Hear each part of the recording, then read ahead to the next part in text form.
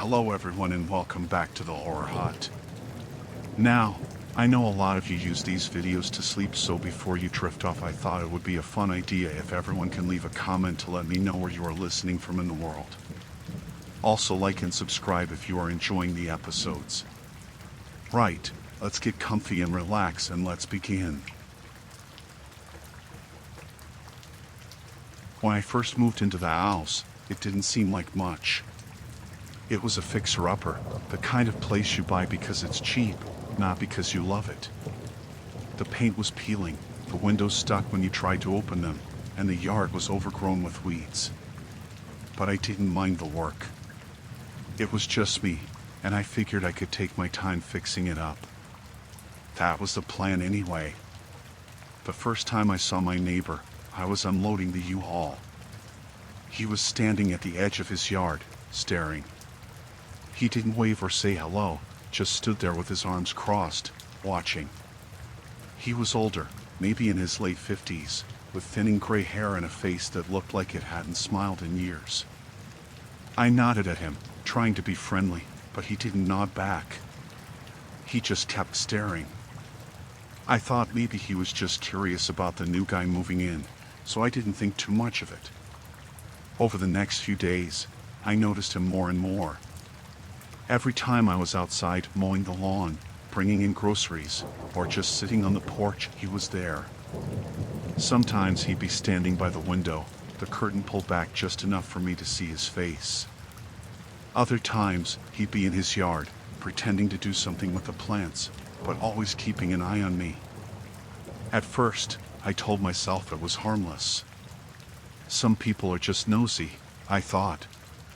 Maybe he was lonely or bored.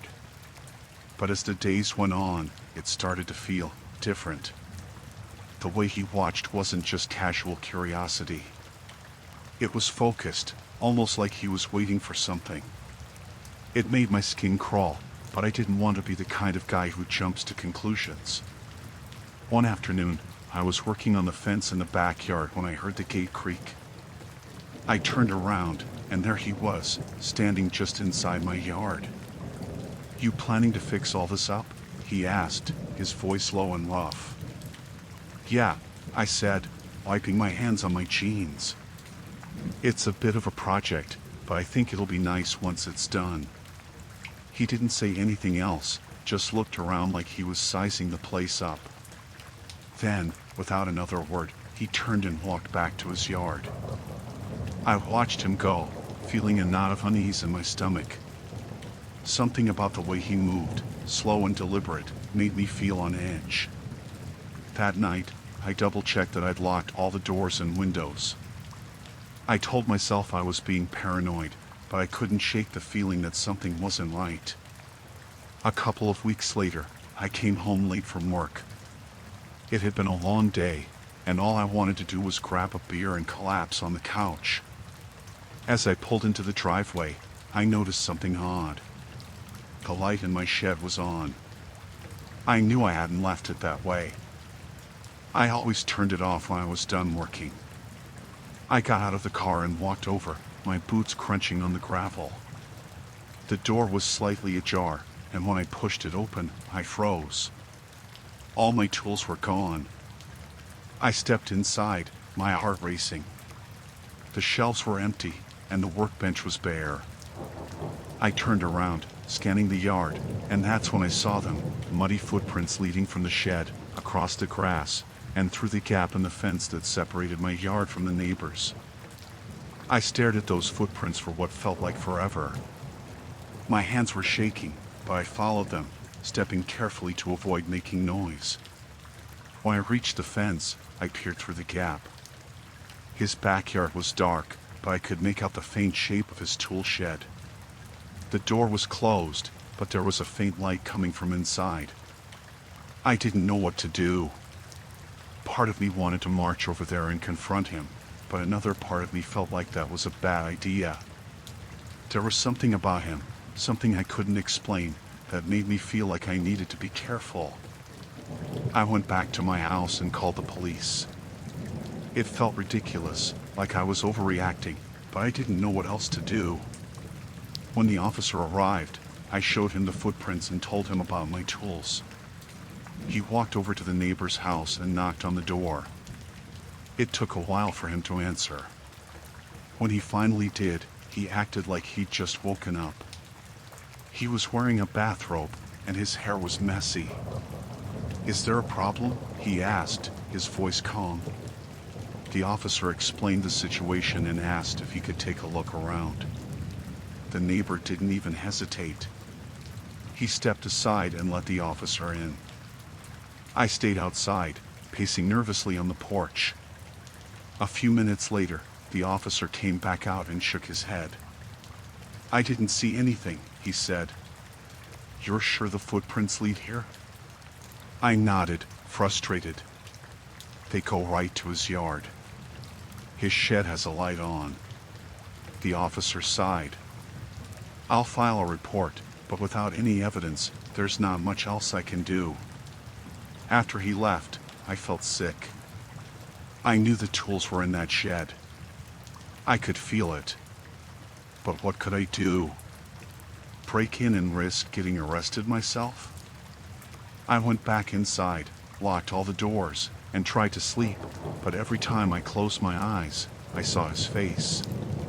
The next morning, I decided to confront him. I walked over and knocked on his door. When he answered, he looked at me like he'd been expecting me. "I just want my tools back," I said, trying to keep my voice steady. "I know they're in your shed." He smiled, but it didn't reach his eyes. "I don't know what you're talking about," he said.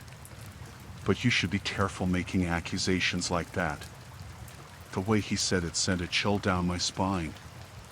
I walked away, feeling defeated and more uneasy than ever.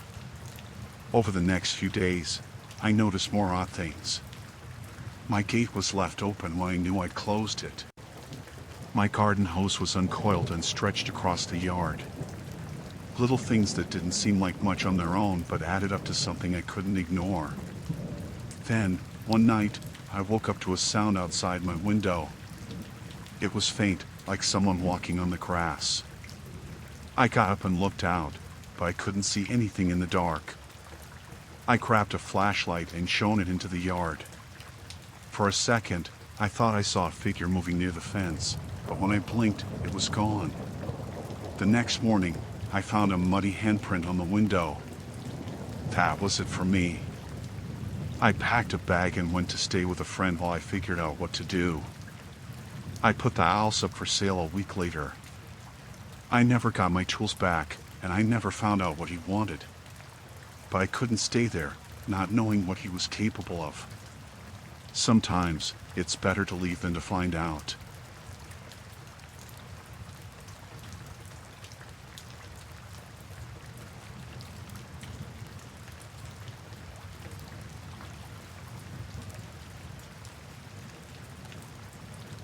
The farmhouse was far from perfect, but for the price, I couldn't complain.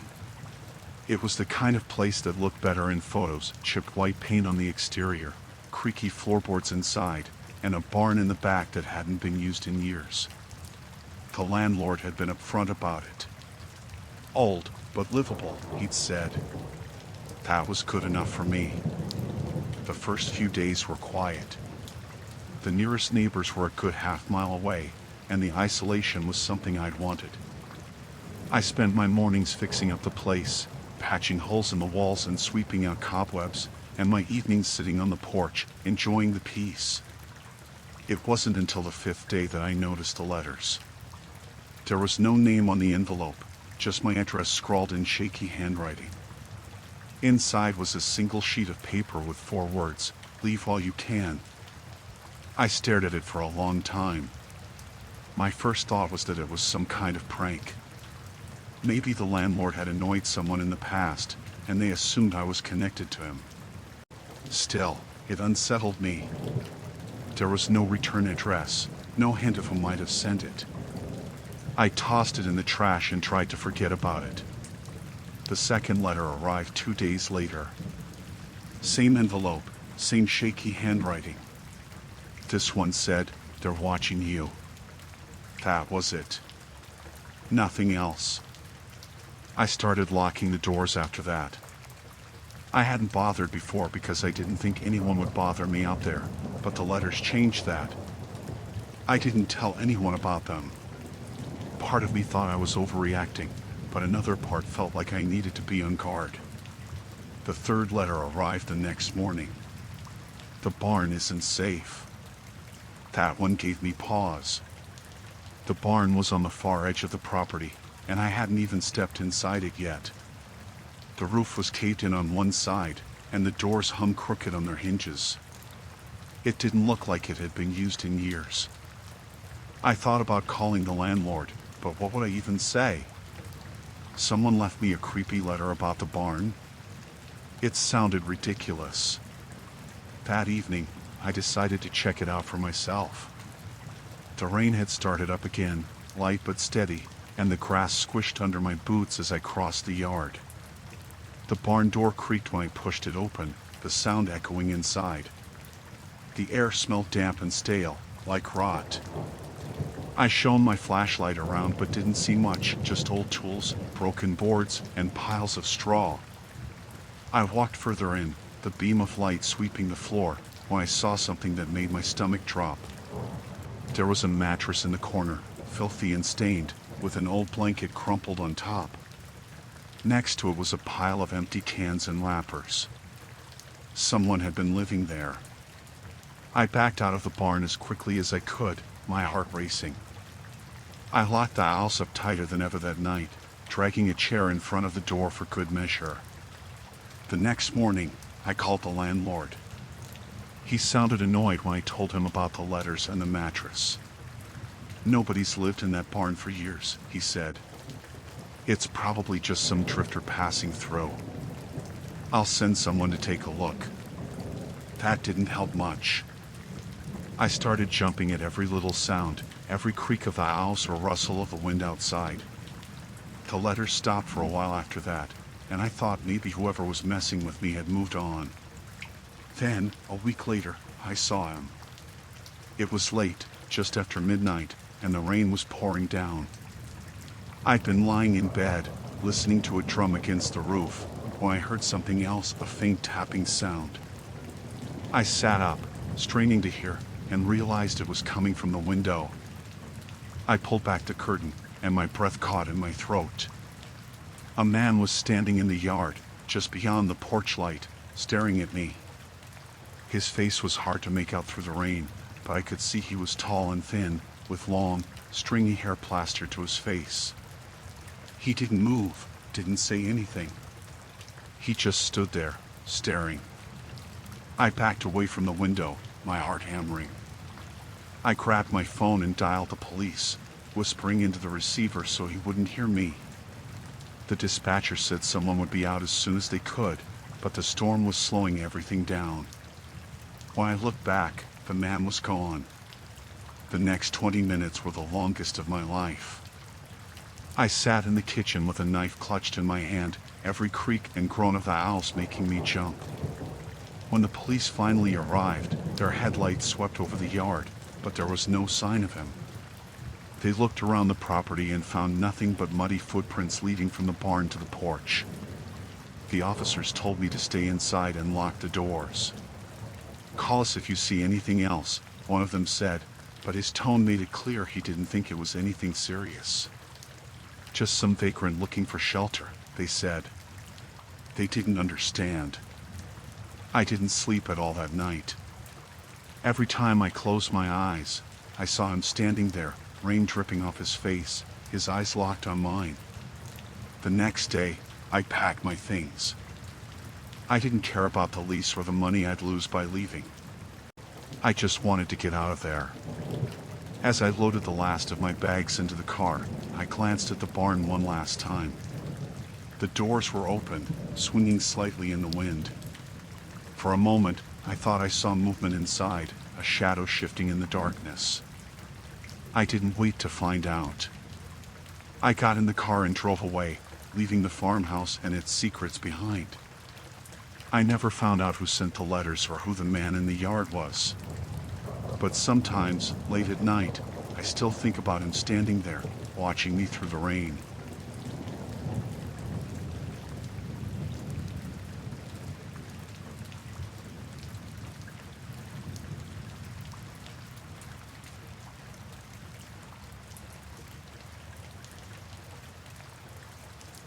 The house was what I'd been looking for, a quiet place outside the city where I could clear my head.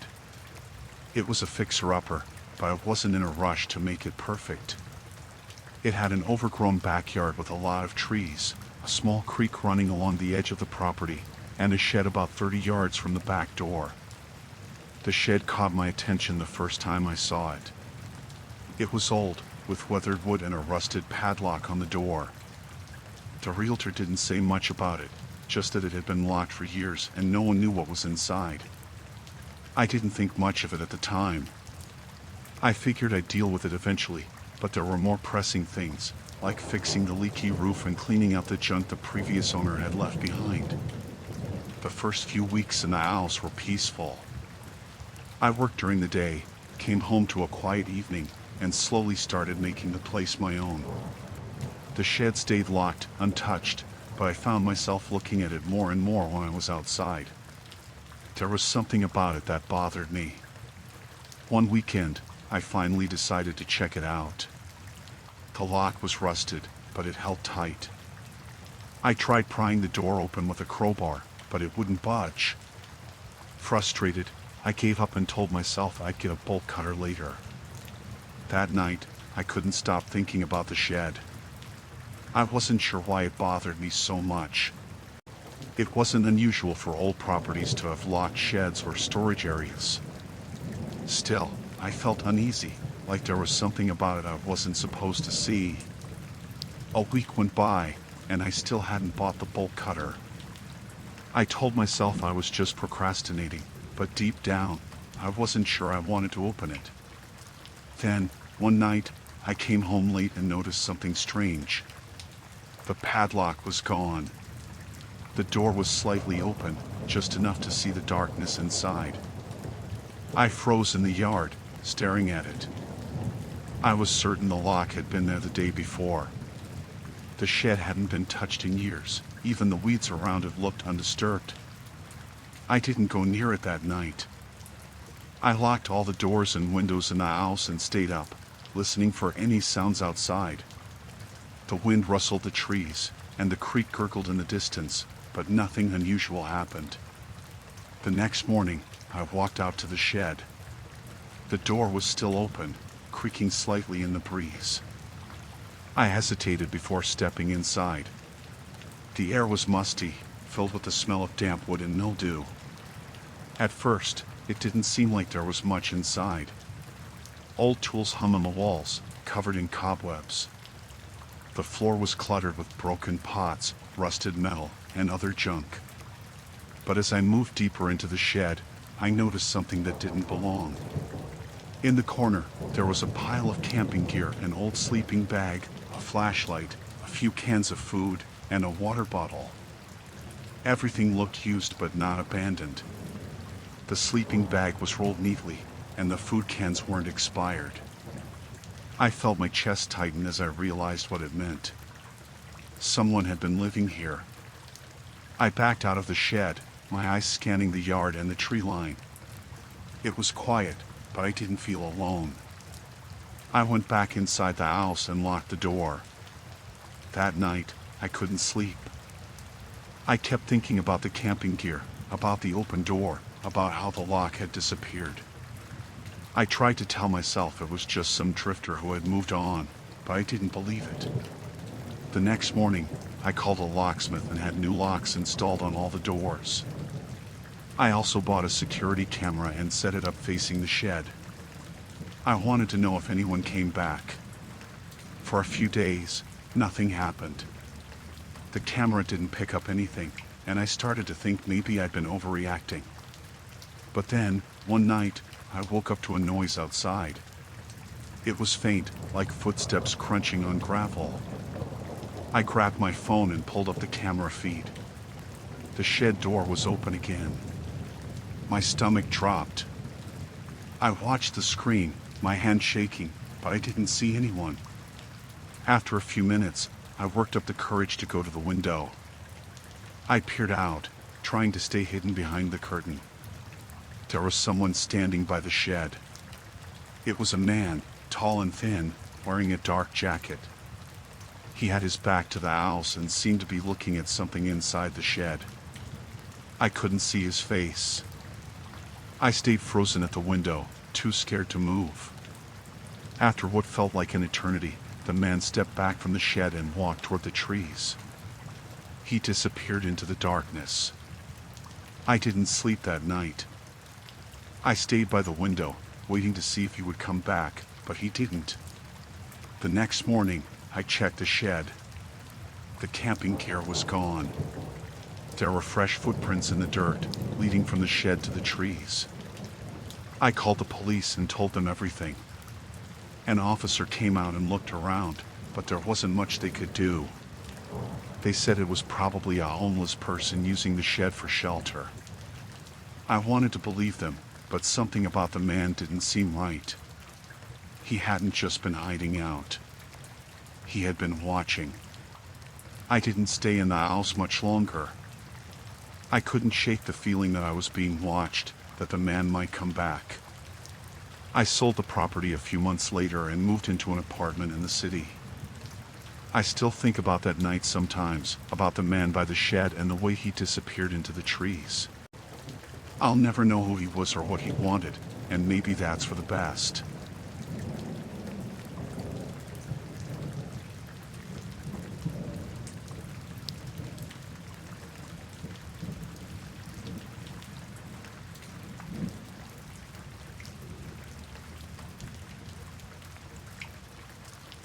I moved into the house on a cold, gray afternoon. It was a quiet street with neat little homes lined up side by side, each with its own small lawn and driveway. The house wasn't big, but it felt cozy, and that's what I wanted. I had spent a lot of time looking for a place that felt safe. I'd been through a lot in the last year, and this house seemed like a fresh start. The first couple of days were a blur of unpacking and organizing. I didn't know anyone in the neighborhood yet, but it seemed like a friendly place. People waved when they passed by, and someone even left a bouquet of flowers on my front porch. There was no note, but I figured it was a welcome gift from a neighbor. The flowers were pretty, so I put them in a vase on the kitchen table. A few days later, I found another gift on the porch, a small box with a bow on top. Inside was a handwritten note that said, "Welcome to the neighborhood." There was no name, but it felt kind. The box had a few chocolates inside, so I thought maybe it was from someone on the street who didn't want to introduce themselves in person. I didn't think much of it. The gifts kept coming. A week later, there was a small basket of cookies wrapped in cellophane. The day after that, there was a little plant in a ceramic pot. It was nice, but it started to feel a bit strange. None of the gifts had a note with a name or a house number. I didn't know who was leaving them. I thought about asking around, but I didn't want to come across as ungrateful. One evening, I came home from work and found something different. It wasn't a gift, not like the others. It was a single photo, placed carefully on the porch. The picture was of me, taken from across the street. I was outside, standing by my car. The photo wasn't threatening, it just showed me unloading groceries, but it unsettled me. I looked around, but the street was quiet. I tried to brush it off. Maybe it was just some kid playing a prank. I thought about knocking on a few doors to ask if anyone had seen something, but I didn't know how to explain it without sounding paranoid. I threw the photo away and tried to forget about it. The next morning, I found another photo. This one was closer, taken from the sidewalk in front of my house. It was me again, sitting on the porch with my coffee. The angle made it clear that whoever took the picture had been standing right outside my house. My stomach turned. I felt exposed, like someone had been watching me without me knowing. I decided to install a camera. I bought one of those doorbell cameras and set it up that night. It made me feel a little better, knowing I could at least see who was coming to the porch. For a couple of days, nothing happened. I started to think maybe the photos were a one-time thing, just someone being weird. But then, late one night, I got a notification from the camera. There was motion at the door. I opened the app on my phone and saw someone standing there. It was a man, dressed in dark clothes, holding something in his hands. He placed it on the porch and walked away quickly, staying close to the edge of the yard where the camera couldn't see him clearly. When I opened the door, there was another box. This one wasn't wrapped like the others. It was an old shoebox, and inside were things that didn't make sense. There was a key I didn't recognize, a single earring, and a folded piece of paper.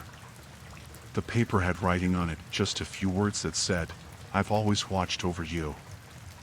I called the police. They sent someone out, and I showed them the box and the camera footage. The officer told me they couldn't do much since the man hadn't done anything illegal. He suggested I keep the camera running and call again if anything else happened. The next morning, there was a knock on the door. I opened it to find a man standing there, someone I'd never seen before. He looked normal enough, but there was something off about his eyes. He smiled too wide and said, "I hope you like the gifts." I felt frozen. I didn't know what to say. He didn't introduce himself or explain why he'd been leaving things on my porch. I asked him what he wanted, and he said, "I just wanted you to know I'm here." I closed the door and locked it. My hands were shaking. I called the police again, but by the time they arrived, the man was gone. They took a report and said they'd patrol the area, but I didn't feel safe anymore. I started staying with a friend after work, only coming home during the day to pick up clothes or check the house. The final straw came a week later. I went to the house to grab some things and found the back door unlocked. I knew I hadn't left it that way. When I stepped inside, the air felt different, like someone had been there. There was nothing missing, but on the kitchen counter, there was a single photo. It was of me, sleeping in my bed. I moved out that night. I didn't even pack everything, I just grabbed what I needed and left. I never went back. The police couldn't find the man or figure out who he was. I don't know how he got the photo of me sleeping or how long he had been watching me. I still think about it, especially at night. I can't shake the feeling that he's still out there somewhere, waiting.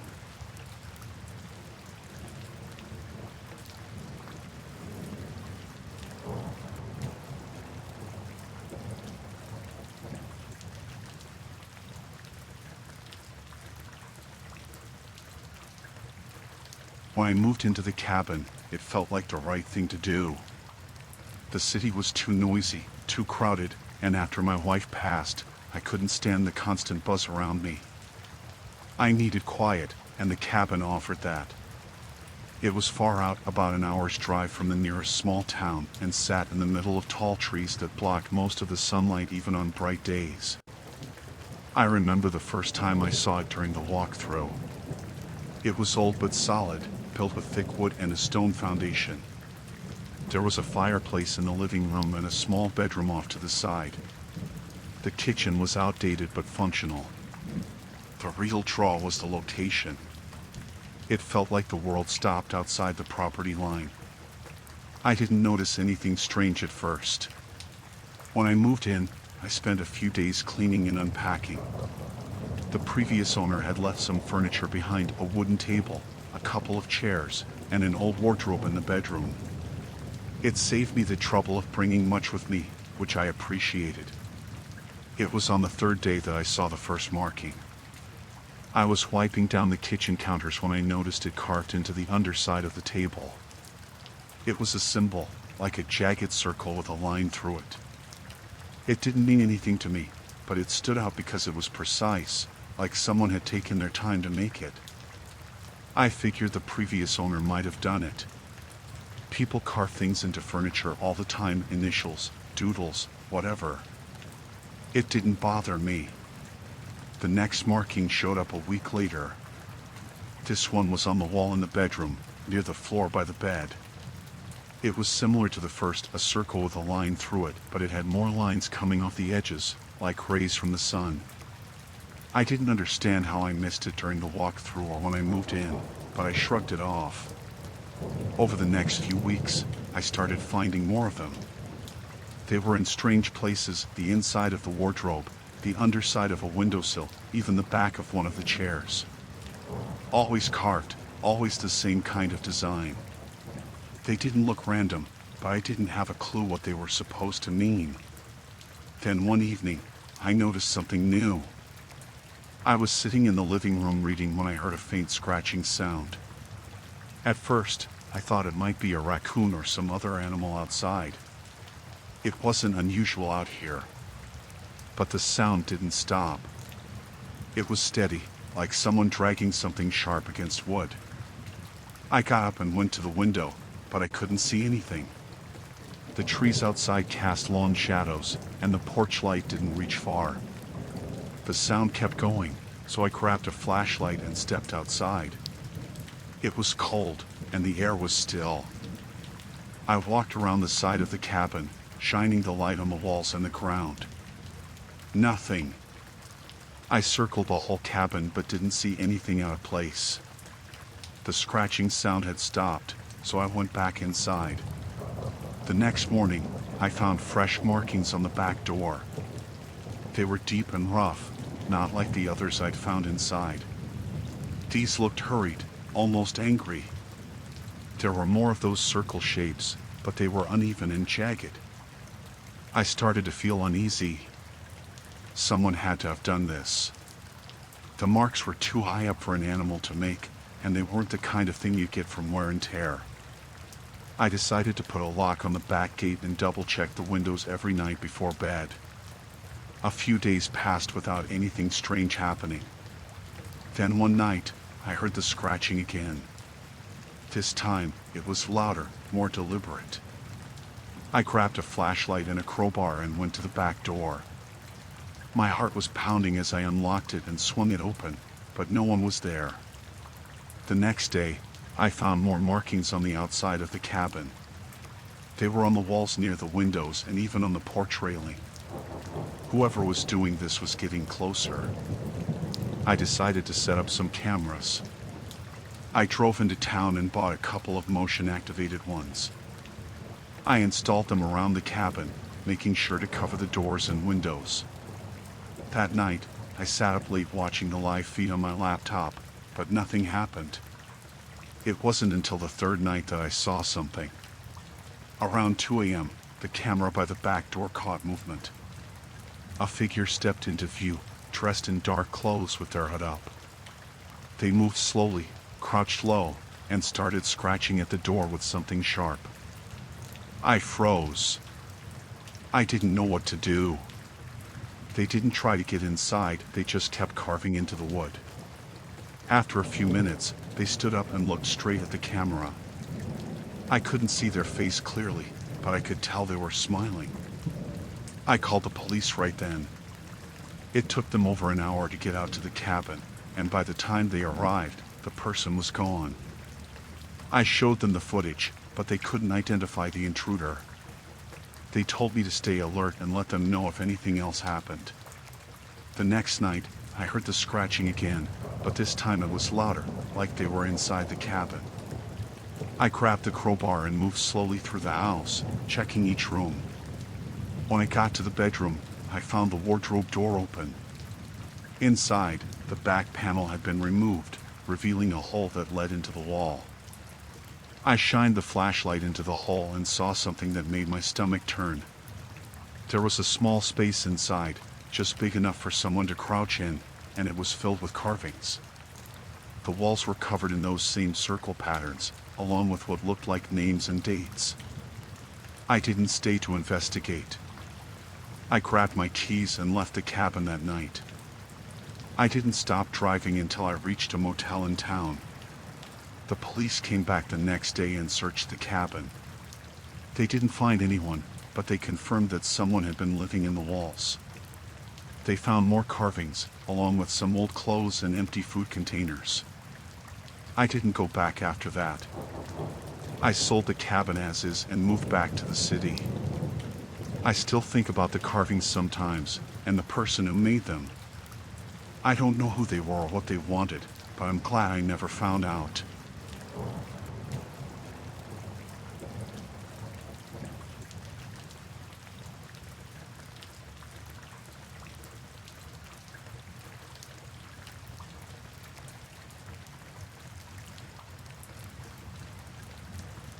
When we bought the house, it felt like a fresh start.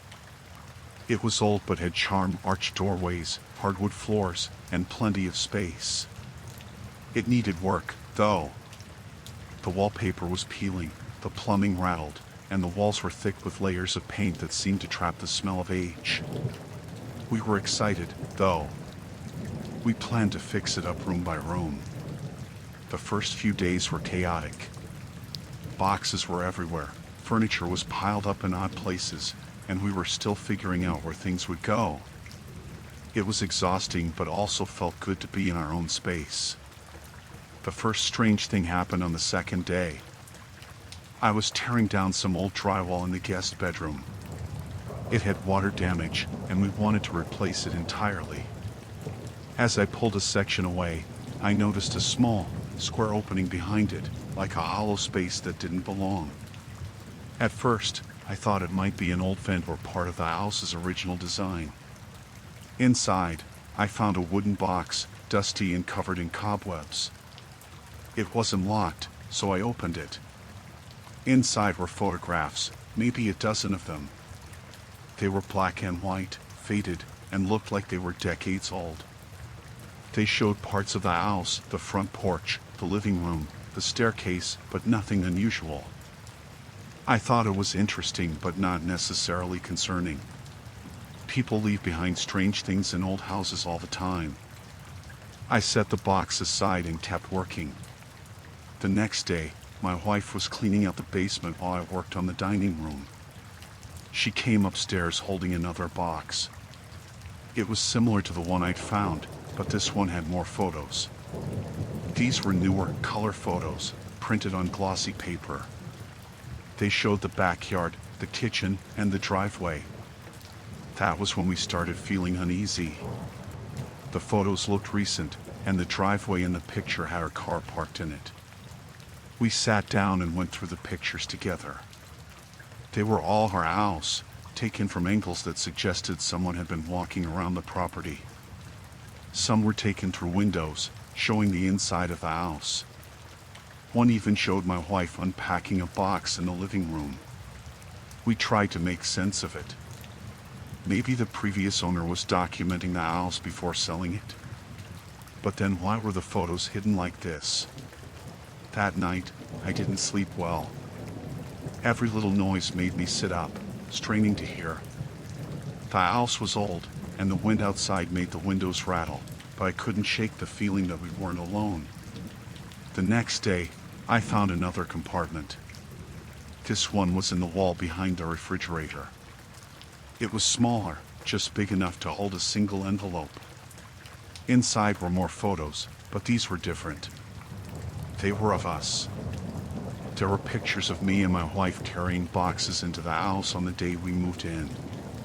One showed her standing by the car, brushing her hair out of her face. Another showed me on the porch, holding the front door open. The angles were strange, like they'd been taken from hiding spots through the bushes or around corners. I didn't tell my wife about those photos at first. She was already on edge from the ones we'd found before, and I didn't want to scare her more. Instead, I decided to look around the house for more compartments. I found two more that afternoon. One was behind a loose panel in the closet, and the other was inside the built-in bookshelf in the living room. Each one contained more photos, all of us, all taken during the move-in process. I finally told my wife everything. We sat at the kitchen table, surrounded by stacks of photos, trying to figure out what to do. We thought about calling the police, but what would we even say? There was no evidence of a crime, just a bunch of unsettling pictures. That night, we decided to stay in the same room. We locked all the doors and windows and slept with the lights on. Around 2 a.m., I woke up to a noise. It was faint, but it sounded like footsteps, slow, deliberate, and coming from the hallway outside our bedroom. I froze. My wife was still asleep beside me. I didn't want to wake her, but the sound was getting closer. I grabbed a flashlight and crept toward the door. My hands were shaking as I turned the knob and slowly opened it. The hallway was empty, but I could hear the sound clearly now. It was coming from downstairs. I moved as quietly as I could, keeping the flashlight beam low. The living room was empty, and so was the kitchen. Then I heard it again, this time from the basement. I didn't want to go down there. Every instinct told me to stay upstairs, but I couldn't ignore it. I opened the basement door and shined the light down the stairs. At first, I didn't see anything. The basement was cold and damp, and the flashlight barely cut through the darkness. But then I saw it, a shadow moving at the far end of the room. "Who's there?" I shouted, my voice cracking. The shadow froze. For a moment, there was nothing but silence. Then I heard a soft, scraping sound, like something being dragged across the floor. I ran upstairs and locked the door behind me. My wife was awake now, and I told her to call the police. When they arrived, they searched the basement but didn't find anyone. They said there was no sign of forced entry and suggested that the noises might have been animals or the house settling. We showed them the photos, but they didn't seem to take them seriously. They said it was strange but not illegal. The next morning, we packed our things and left. We didn't sell the house, we just left it. I couldn't stay there knowing someone had been watching us, someone who might still be watching. I still think about those photos sometimes. I wonder who took them and why they hid them in the walls. But most of all, I wonder if they're still out there, watching someone else.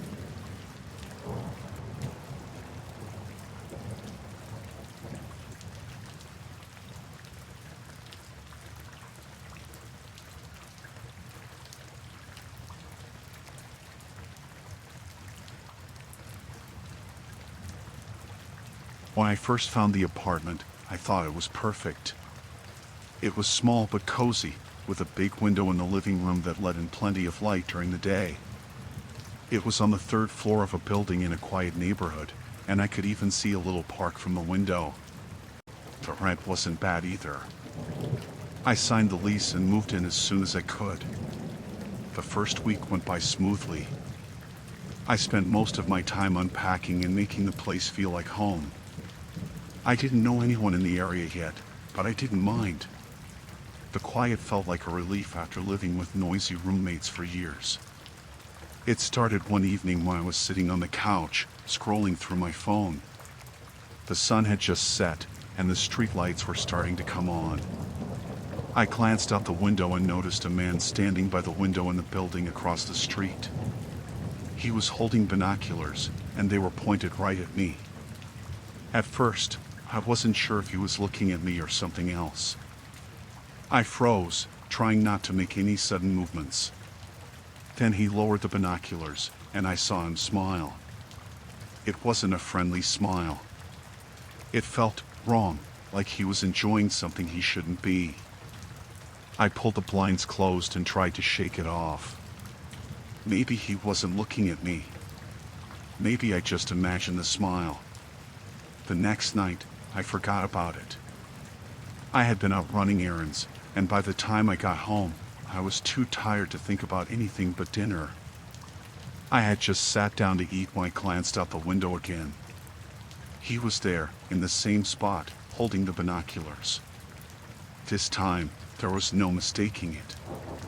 He was looking right at me. I dropped my fork and closed the blinds again, my hands shaking.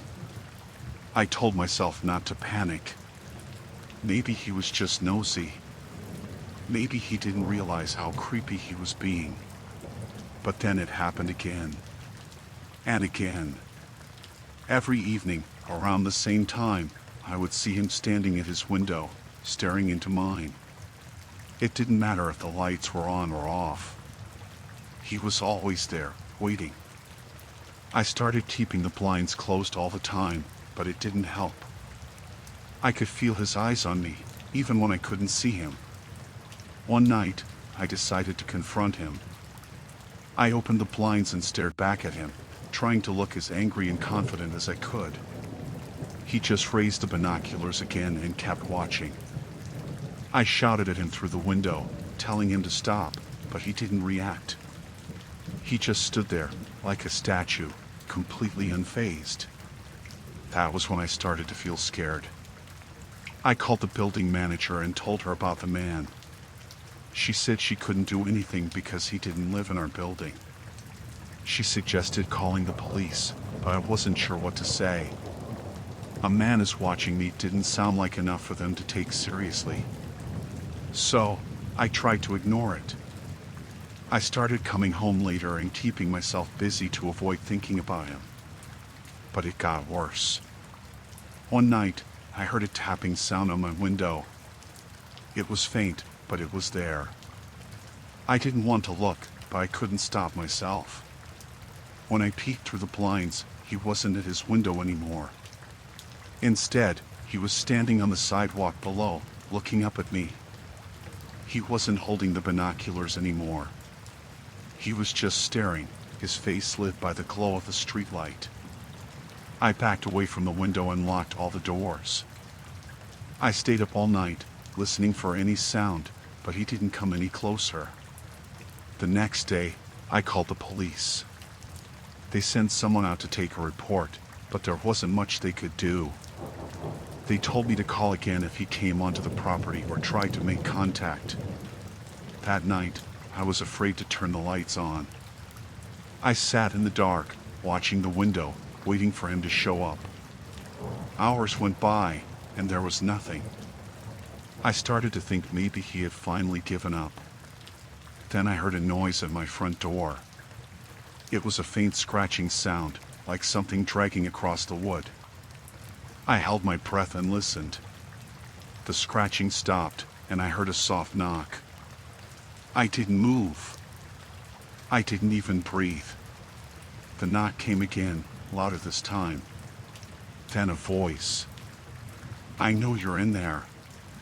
It was him. I grabbed my phone and dialed 911, whispering to the operator that someone was outside my door. She told me to stay on the line and wait for the police. The knocking turned into banging. He was yelling now, telling me to open the door. I could hear the desperation in his voice, but there was something else too, something angry and unhinged. The police arrived within minutes, but it felt like hours. I heard them shouting at him to step away from the door. Then there was silence, followed by the sound of handcuffs clicking. When they told me it was safe to come out, I opened the door and saw him standing there, flanked by 2 officers. His face was blank, like he didn't understand what was happening. They searched him and found a knife in his pocket. The officers told me he had been living in the building across the street for years.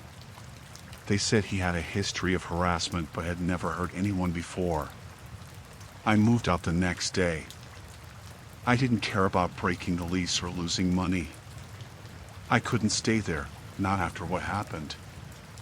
I still think about him sometimes, about the way he watched me like I was a thing he owned. I wonder what would have happened if I hadn't called the police that night.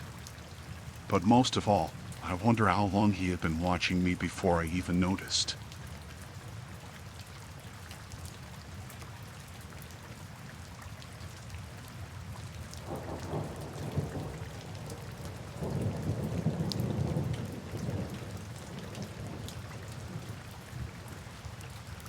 The house seemed like a fresh start. It wasn't perfect, but it was ours. After the divorce, it felt important to give my daughter, Sophie, something steady. It was a small 2-story place with a lot of charm, even if it needed work. She was excited about having her own room upstairs, and I thought the space would do us both good. The first few days were all about unpacking and getting settled. Sophie loved running up and down the stairs, making plans for how to decorate her room. It felt normal, like things were finally settling into place. The first time I heard it, I was downstairs putting together a bookshelf for the living room. It was late, and Sophie had already gone to bed. The noise was faint, almost easy to dismiss, a soft creaking sound, like someone shifting their weight on a floorboard upstairs. At first, I assumed it was Sophie. I called up to her, asking if she was all right, but there was no answer. I set down the screwdriver and headed up to check. Her door was closed, and when I peeked in, she was fast asleep. I told myself it was an old house. Old houses make noises, right? The wood contracts, or the wind finds its way through cracks. That's all it was. The second time, I was in bed. It was around midnight, and I was struggling to fall asleep. The creaking started again, louder this time. It was coming from directly above me, somewhere near the attic. I didn't want to overreact, so I stayed in bed, listening. It wasn't random like a house settling.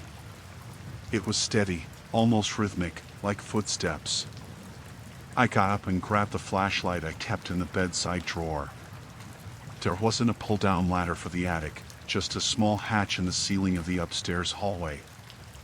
I stared at it for a long time before deciding I wasn't about to go poking around up there in the middle of the night. The next morning, I mentioned the noises to Sophie. She shrugged it off, saying she hadn't heard anything. I didn't want to scare her, so I let it drop. A few nights later, it happened again. This time, the footsteps were heavier, more deliberate. They moved from one end of the attic to the other, stopping directly above Sophie's room. I bolted out of bed and ran upstairs. Sophie was awake, sitting up in bed with wide eyes. "Did you hear that?" she asked. I nodded, my heart pounding. "Stay here," I told her. I went into the hallway and stared up at the attic hatch. The sound had stopped, but the silence felt worse somehow. I grabbed the flashlight again and pulled a chair from the kitchen to stand on. My hands were shaking as I pushed the hatch open. The flashlight beam cut through the dark, revealing a layer of dust-covered beams and insulation. Nothing seemed out of place. I stood there for a while, shining the light into every corner, but I didn't see anything. I closed the hatch and went back to Sophie's room. I told her it was probably just animals, maybe a raccoon or a stray cat. She didn't look convinced, and neither was I. The next day, I borrowed a ladder from a neighbor and went outside to check the attic from the roof. There were no vents or windows that anything could have gotten through. The only way in or out was the hatch inside the house. That night, I stayed awake, determined to figure out what was going on. Around 2 a.m., the footsteps started again. This time, they were faster, almost frantic. I grabbed the flashlight and went upstairs, but before I reached the hatch, the footsteps stopped. I stood there, staring at the ceiling, when I noticed something I hadn't seen before. Tiny scratches around the edges of the hatch, like it had been opened and closed repeatedly. The realization hit me like a punch to the stomach. Someone had been in the attic. I rushed to Sophie's room and told her we were leaving. I didn't explain why, just that we needed to go. She didn't argue, probably sensing the fear in my voice. We spent the rest of the night in a motel. The next morning, I called a locksmith and had all the locks in the house changed. I also installed a deadbolt on the attic hatch, just in case. For a while, things seemed to go back to normal. Then one night, I came home late from work. Sophie was already asleep, and the house was quiet. I went to the kitchen to grab a drink when I noticed the chair from the dining table sitting in the hallway under the attic hatch. The blood drained from my face. I hadn't put it there, and Sophie couldn't have reached the hatch even if she had. I grabbed the heaviest thing I could find, a wrench from the toolbox, and stood under the hatch, staring up at it. The deadbolt was still in place, but the scratches around the edges were worse. I stood there for what felt like forever, waiting for something to happen. Then I heard it, a soft, almost hesitant sound, like someone tapping their fingernails against the other side of the hatch. I didn't sleep that night. The next morning, I called the police. They came out and checked the attic thoroughly but didn't find anything. No signs of forced entry, no evidence that anyone had been up there. I told them about the footsteps and the scratches, but they looked at me like I was crazy. They suggested it might have been squirrels or some other animal, but I knew better. I put the house on the market the next day. I didn't care about the money I'd lose or how inconvenient it would be. I just wanted to get out. Sophie and I moved into a smaller apartment a few towns over. It wasn't as nice, and she had to share a room with me, but at least it felt safe. I don't know who or what was in that attic, and I don't want to know. All I know is that someone had been up there, watching us, listening to us. I still check the ceiling every night before I go to bed, even though there's no attic in the apartment. I can't help it. Sometimes, I wake up in the middle of the night, convinced I can hear footsteps above me, even when I know it's impossible.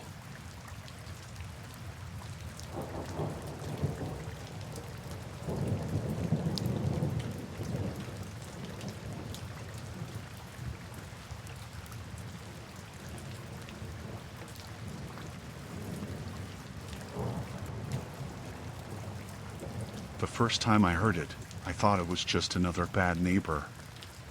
I was sitting on my couch, trying to unwind after work, and it started shouting, loud enough that I couldn't focus on anything else. It was muffled, but I could make out the rise and fall of a man's voice. I wasn't close enough to catch the words, but the tone was unmistakable. Anger. I sighed, annoyed, but didn't think much of it. I'd lived in apartments before and knew how thin the walls could be. People fought. It happened. The shouting went on for nearly an hour, sometimes breaking into what sounded like full-blown yelling. Then it stopped, just as suddenly as it had started. I waited for a while, expecting it to start again, but it didn't. I figured it was over, so I went back to what I was doing. The next night, it happened again. I was lying in bed when I heard it, that same angry voice carrying through the wall. This time, I could make out more of it. He was accusing someone of something. "Why would you do that?" he said, his voice harsh. "You know what you did." There was no reply, just his voice, growing louder and angrier. I sat up in bed, now fully awake. My building wasn't exactly full of warm, neighborly people, but this seemed more than just a fight. It sounded personal. I thought about going over there, maybe knocking on their door to make sure everything was okay. But then I told myself it wasn't my business. People argue. Couples argue. And honestly, I wasn't keen on getting involved in someone else's drama. The yelling stopped after about 40 minutes, leaving the apartment eerily quiet. The next day, I ran into my landlord in the hallway.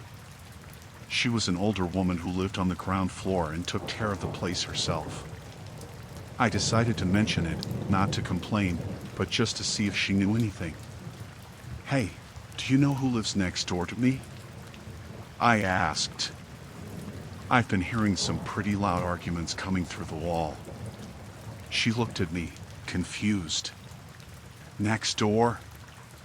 "Yeah," I said, pointing toward the unit to my left. "The guy who lives there. I think he's been fighting with someone.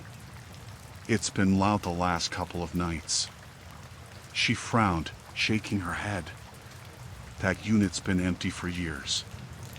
I haven't rented it out since the last tenant left."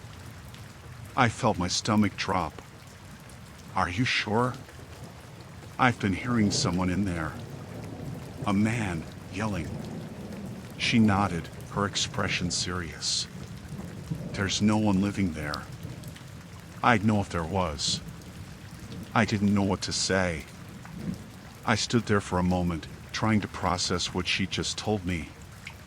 Maybe you heard something from another unit, she offered, though she didn't sound convinced.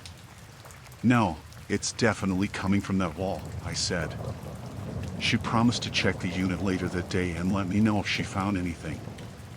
I went to work, still thinking about it. When I got home that evening, there was a note taped to my door. It was from the landlord. I checked the unit. Everything's fine. No sign of anyone living there. Let me know if you hear anything else. Her words didn't make me feel better. If anything, they made me more uneasy. That night, I heard the yelling again. This time, I pressed my ear to the wall, trying to make out more of the words. His voice was angrier than ever, and I could hear him pacing, the floorboards creaking under his weight. You think I don't know? He shouted. You think you can just get away with it? There was a crash, like something heavy being thrown against the wall. I jumped back, my heart racing. I grabbed my phone and texted the landlord. He's yelling again. Are you sure no one's in there? She didn't reply. I decided to take matters into my own hands. I grabbed my keys and went into the hallway. The door to the adjoining unit was right there, just a few feet from mine. I stood in front of it, listening. It was silent. I knocked, my hand shaking. No response. I knocked again, louder this time. Hello? I called out. Is everything okay in there? Still nothing. I tried the doorknob. It was locked. I went back to my apartment, feeling more unsettled than ever. The next morning, I cornered the landlord again. There's someone in there, I told her. I heard him yelling all night. I knocked, but no one answered. She sighed, clearly annoyed. I told you, no one lives there. I checked yesterday, and everything was fine. Can you check again? I asked. She hesitated, but finally agreed. We went up together. She unlocked the door and pushed it open. The unit was empty, just like she'd said. There was no furniture, no signs that anyone had been there. But then I noticed something, marks on the floor, near the wall we shared. It looked like something had been dragged across the wood, leaving faint scratches. What's that? I asked, pointing to the marks. She frowned, bending down to get a closer look. Could be from the last tenant, she said, though she didn't sound convinced. I didn't push it. That night, the yelling started again. This time, it was louder than ever, like he was right there in the room with me. I didn't sleep. The next day, I called the police. I told them I was hearing loud arguments coming from the adjoining unit and that I was worried someone might be in danger. When they arrived, I led them to the empty unit. The landlord let them in, and they searched the place thoroughly. They didn't find anything. One of the officers pulled me aside. Are you sure the noise is coming from this unit? He asked. Yes, I said. It's definitely coming through that wall. He nodded but didn't look convinced. After they left, I felt more alone than ever. No one believed me. That night, the yelling started again, but this time, it was different. His voice wasn't angry anymore. It was calm, almost mocking. I know you're listening, he said, his voice low and deliberate. I froze, every hair on my body standing on end. I know you can hear me. I didn't move. I didn't breathe. For hours, I sat there, listening as he whispered things I couldn't quite make out. The next morning, I packed my things and left. I didn't tell the landlord, didn't explain to anyone. I just left. I don't know who or what was in that apartment, and I don't care. All I know is that I'll never live in a place with shared walls again.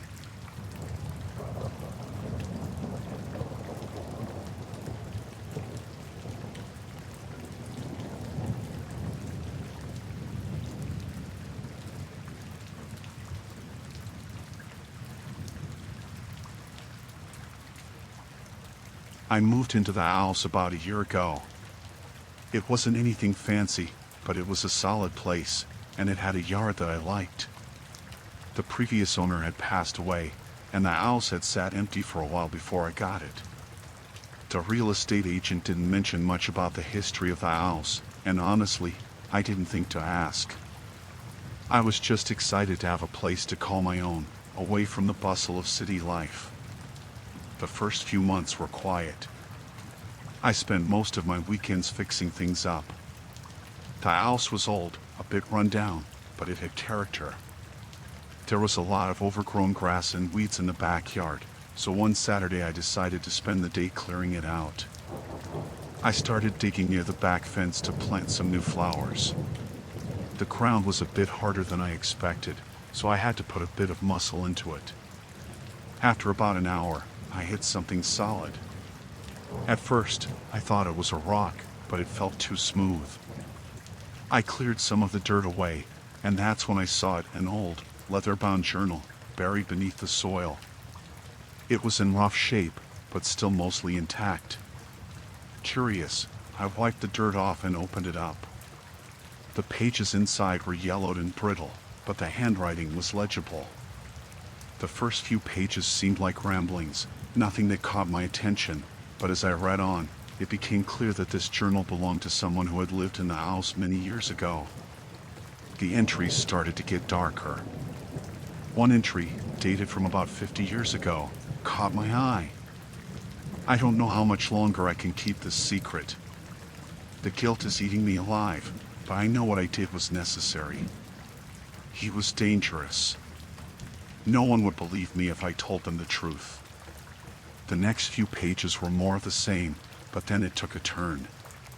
The writer began describing in vivid detail how they killed someone. It was a man, someone they claimed had been a threat, but they never named him. The journal described how the body was disposed of and how the writer had hidden the evidence in the house. It was disturbing, but at the same time, I couldn't stop reading. I don't know why, but the whole thing felt so real. By the time I finished reading, it was late in the afternoon, and I was feeling a little unsettled. I put the journal aside, telling myself that it was probably just some old fiction or an exaggerated account of something that had happened a long time ago. But still, I couldn't shake the feeling that the house had something to do with it. The more I thought about it, the more I felt like something wasn't quite right. Over the next few days, I kept the journal hidden away in a drawer. I didn't want to think about it anymore, but the thoughts kept creeping back in. Then, about a week later, I started to notice things. Little things. At first, they were so small that I brushed them off, papers out of place, lights left on that I could have sworn I turned off. But then I found a note on my kitchen counter. It was written in the same handwriting as the journal. "I know what you found." My heart dropped when I saw it. There was no explanation, no signature, just those chilling words. I stood there for a long moment, staring at the note, trying to figure out if I was just imagining things. But no! I knew that handwriting.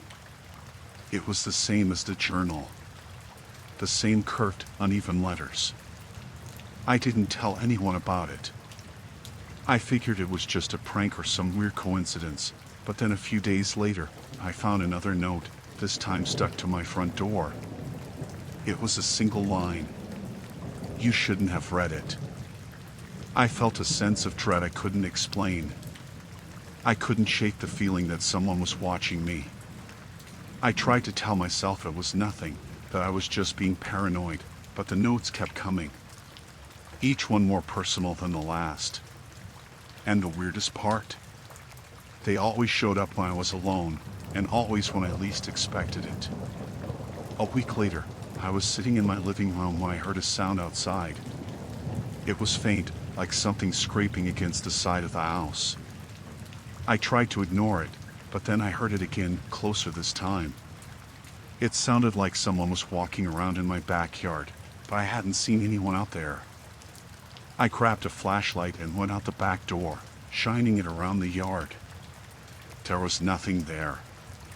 The wind was rustling the trees, and the shadows were stretching long across the grass, but there was no one in sight. I went back inside, locking the door behind me, my mind racing. That was when I saw it, another note, sitting on the kitchen table. I'm watching you.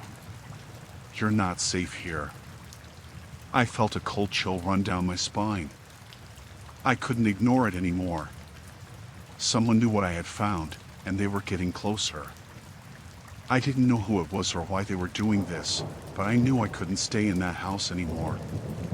The house that had once felt like my dream home now felt like a prison, a place where the past was alive and angry. I moved out a few days later. I couldn't take it anymore. I didn't tell anyone about the journal or the notes. I couldn't bring myself to. I just packed up my things and left. I never looked back. I've been staying with a friend since, and I've tried to put it all out of my mind. But every once in a while, I'll get a random text or hear a knock at my door, and for a moment, I'll wonder if whoever left those notes is still out there, still watching, still waiting for me to come back. And every time I think about that journal, I get this terrible, sinking feeling that I've barely scratched the surface of whatever happened in that house.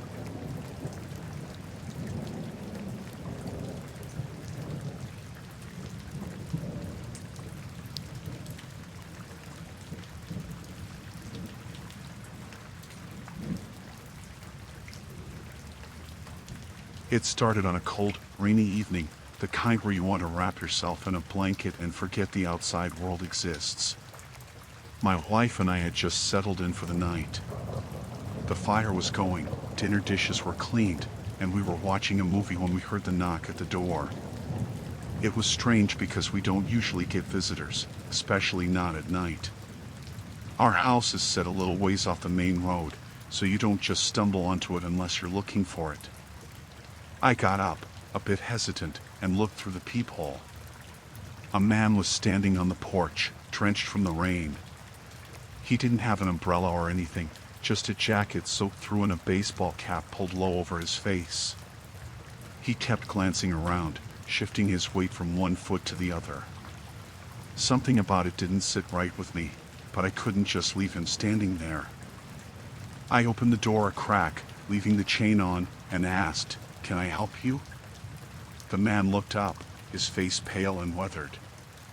He seemed older, maybe in his late 40s or 50s, with deep lines around his eyes and mouth.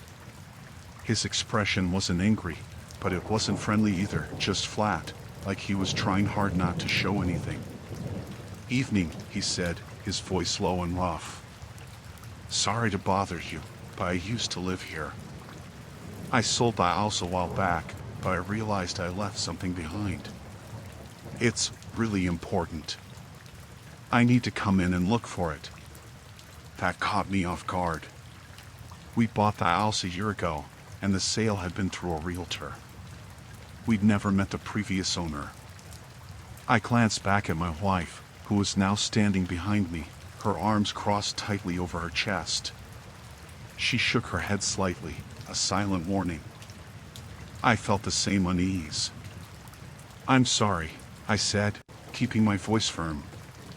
"We haven't seen anything like that. The house was empty when we moved in. If it's something you left, it's probably gone by now." He didn't move, just stared at me for a moment. His eyes didn't seem to blink. Then he leaned in slightly, not enough to be threatening but enough to make me uncomfortable. "You don't understand," he said. "It's not something I can just replace. I need to check. It won't take long." I tightened my grip on the door. "What is it you're looking for?" The question seemed to throw him off. He blinked, looked away for a moment, then back at me. "It's personal," he said finally. "You wouldn't know if you'd seen it." I need to see for myself. I shook my head. I'm sorry, but I can't let you in. This is our home now. If you want to give me more information, I can check for you, but you can't just come inside. His face twitched slightly, like he was trying to keep his composure. I don't mean to cause trouble, he said, his voice quieter now. But I have to look. It's mine. I can't just leave it behind.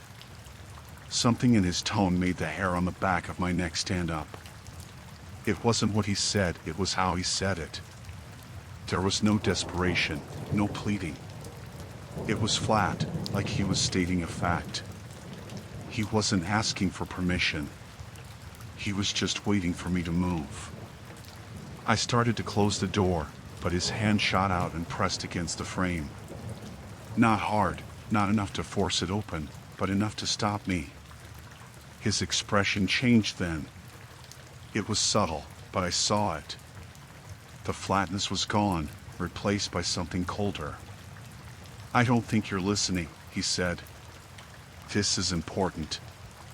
More important than you realize. My wife stepped forward then, her voice sharp and cutting through the tension. If you don't leave, we're calling the police. That made him pause. His eyes flicked her, then back to me. He seemed to weigh his options for a moment. Then he stepped back, raising his hand slightly in a gesture of surrender. All right, he said. I'm sorry to bother you.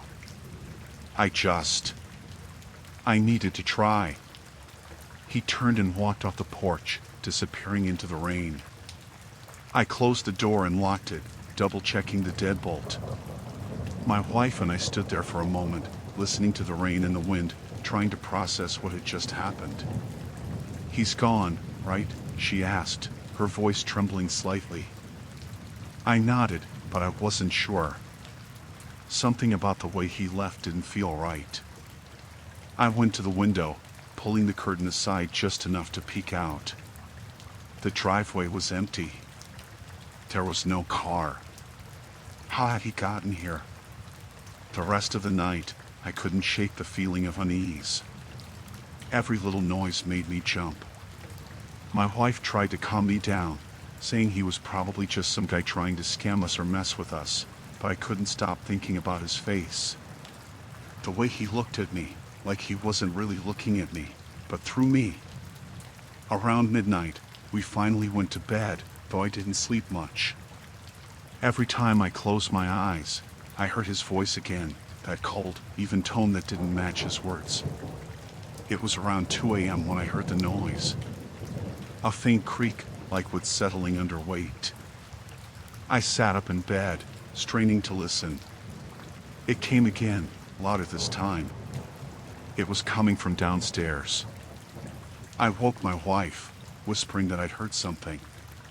She grabbed her phone, ready to call the police, while I grabbed the heavy flashlight I kept by the bed. Slowly, I crept down the stairs, my heart pounding so hard I thought it might give me away. When I reached the bottom, I froze. The front door was open, swinging slightly in the wind. Rain pooled on the floor just inside. I was sure I'd locked it. I knew I had. I stepped closer, shining the flashlight around the room. That's when I saw it, a pair of muddy footprints leading from the door, through the living room, and toward the kitchen. My grip tightened on the flashlight as I followed them, every nerve in my body screaming at me to run, but I couldn't leave my wife upstairs. When I reached the kitchen, the footprints stopped. The back door was open too, swaying in the storm.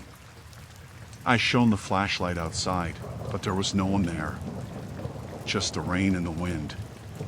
We didn't sleep the rest of the night. The police came, but there wasn't much they could do. There was no sign of forced entry, and nothing was missing. They suggested it might have been a prank, but I knew better. He'd come back. And whatever he was looking for, he wasn't done. We changed the locks the next day.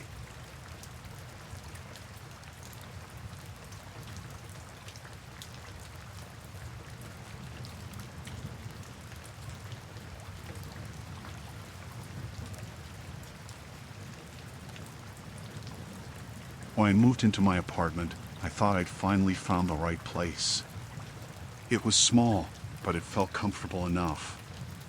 The rent wasn't bad, and the landlord, Mr. Gilbert, seemed polite when I met him to sign the lease. He was probably in his 60s, thin, with a comb-over that didn't do much for his bald head. His handshake was clammy, but he smiled enough to seem friendly. I spent my first week settling in, unpacking boxes and figuring out where to put things. The place was old, with creaky floors and doors that stuck, but I didn't mind. It felt like my own space. At least, it did at first. The first odd thing happened a few days after I'd moved in. I came home from work and noticed my bathroom door was open. I always kept it closed because the window in there let in a draft. It wasn't something I thought much about at first. I figured I'd just forgotten. But then I noticed the towel I'd hung over the shower rod was folded on the sink. I don't fold my towels. I tried to brush it off. Moving is hectic, and maybe I'd done it without realizing. That's what I told myself anyway. A few days later, I got up early on a Saturday to run errands. I locked up as usual and left, planning to be gone most of the day. When I came back that evening, something felt off as soon as I stepped inside. It was subtle, like the air had been disturbed. I looked around, trying to figure out what it was, and that's when I saw it. My keys, which I always left on the kitchen counter, were now on the coffee table in the living room. I felt a cold wave roll over me. I was sure I hadn't put them there. I tried to convince myself I was being paranoid, but then I started noticing other little things. A drawer slightly open in the bedroom. A lamp turned off that I swore I'd left on. A mug that had been in the sink was now on the drying rack. It wasn't much, but it added up. The next time I saw Mr. Gilbert, I casually asked if anyone had been in my unit for maintenance. He shook his head and said no, giving me that same polite smile he always wore. I told myself I was being silly, that maybe I was just stressed from the move. But the uneasy feeling wouldn't go away. One afternoon, I decided to test it. I left for a few hours, but purposely set a small piece of tape on the inside of the door frame, near the hinge. When I came back, the tape was on the floor. My stomach dropped. Someone had been inside. I called Mr. Gilbert immediately, trying to keep my voice calm. He answered after a few rings, sounding surprised to hear from me. I told him about the tape and asked if he'd been in my apartment. "Oh, yes," he said, as though it were the most normal thing in the world. "I was just checking on something. There was a leak in the unit above you, and I wanted to make sure it wasn't affecting yours. I didn't think you'd mind." His tone was casual, like he wasn't aware of how wrong it was to let himself into someone's home without permission. I was too stunned to argue at first, but after I hung up, I felt angry.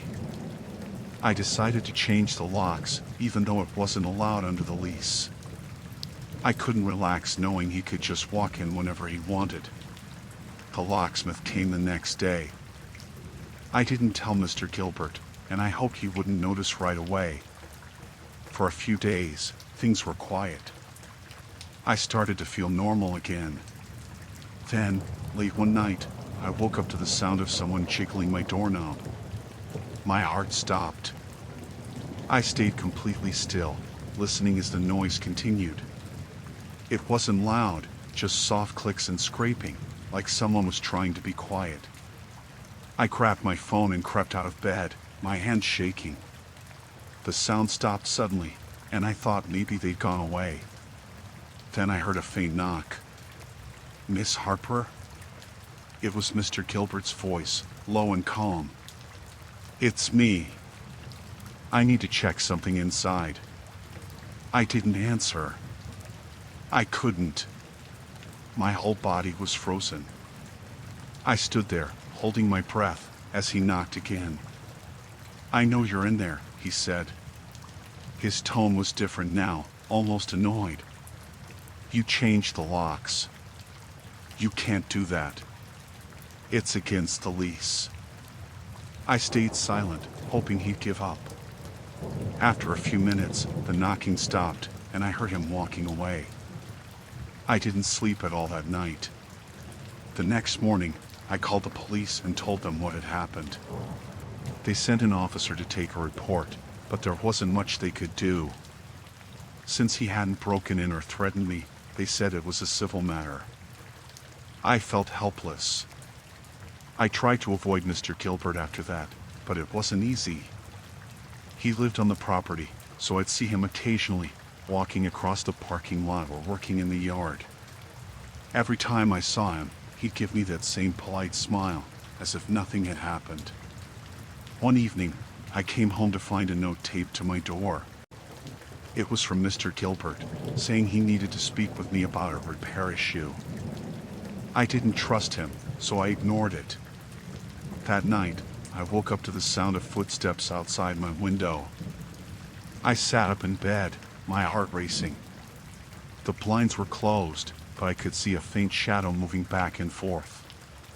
I grabbed my phone and dialed 911, whispering to the operator that someone was outside my apartment.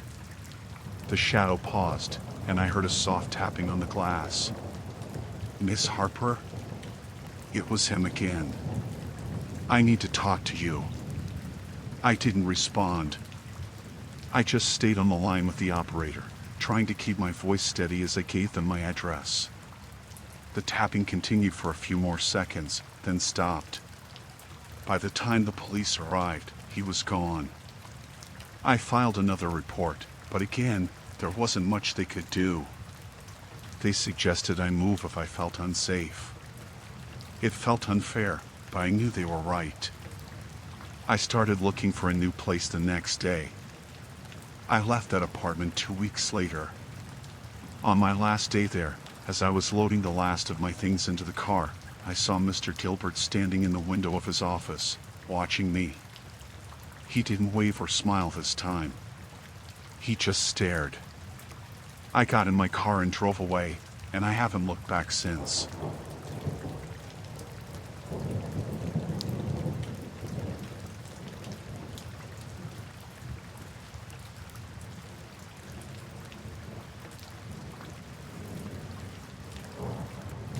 When I moved into my new house, everything felt like a fresh start. It was the first home I ever owned, a small place on the edge of a neighborhood that was still being built. The construction workers had just finished up a few days before I moved in, and most of the lots on the street were still dirt patches or half-finished houses. At first, I liked how quiet it was out there. No traffic, no noise, just me unpacking and getting everything how I wanted. The first couple of nights were uneventful. I barely noticed the creaks of a new house settling. I figured it would take some time before the place really felt like home. On the third night, I woke up to the sound of movement outside. It wasn't loud, just soft shuffling noises, like someone walking around. My bedroom faced the backyard, so I thought maybe it was an animal. I got out of bed and looked out the window, but it was pitch black out there. The only light came from the construction site a few houses down, where they left one of those tall floodlights on overnight.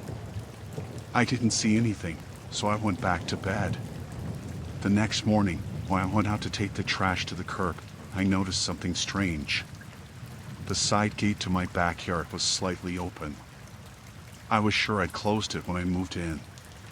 It was one of those heavy wooden gates that doesn't swing open easily. I checked it over but didn't see any damage or signs that someone had forced it. Still, it bothered me enough to make sure it was latched when I closed it again. That night, I woke up again, this time to a faint tapping sound. It wasn't outside, it sounded like it was coming from beneath me. I sat up in bed, listening, and it stopped after a few seconds. I told myself it was probably just the owls settling or maybe the wind. But I couldn't shake the feeling that it sounded deliberate, like someone tapping with their knuckles. I barely slept after that, and the next morning, I went outside to check the crawl space. The house didn't have a basement, just a small access panel on the side. When I got there, I saw something that made my stomach drop. The panel was slightly open. The screws that should have kept it sealed were loose, and there was a gap big enough for someone to fit through. I stood there for a long time, just staring at it. I couldn't tell if anything had been disturbed inside because it was too dark to see. Eventually, I went back inside and called the company that built the house. They sent someone out later that day to check it. The guy they sent was one of the construction workers who'd been on the crew that built my house. He was friendly enough, but when I pointed out the loose panel, he frowned and said something like, "That's odd. We always secure those before we finish a job." He tightened the screws and told me it shouldn't be an issue again. I asked if anyone else might have been on the property since I moved in, and he just shrugged. "Not that I know of," he said. "But we've got a lot of guys coming and going from the site. Could have been someone checking the wrong house."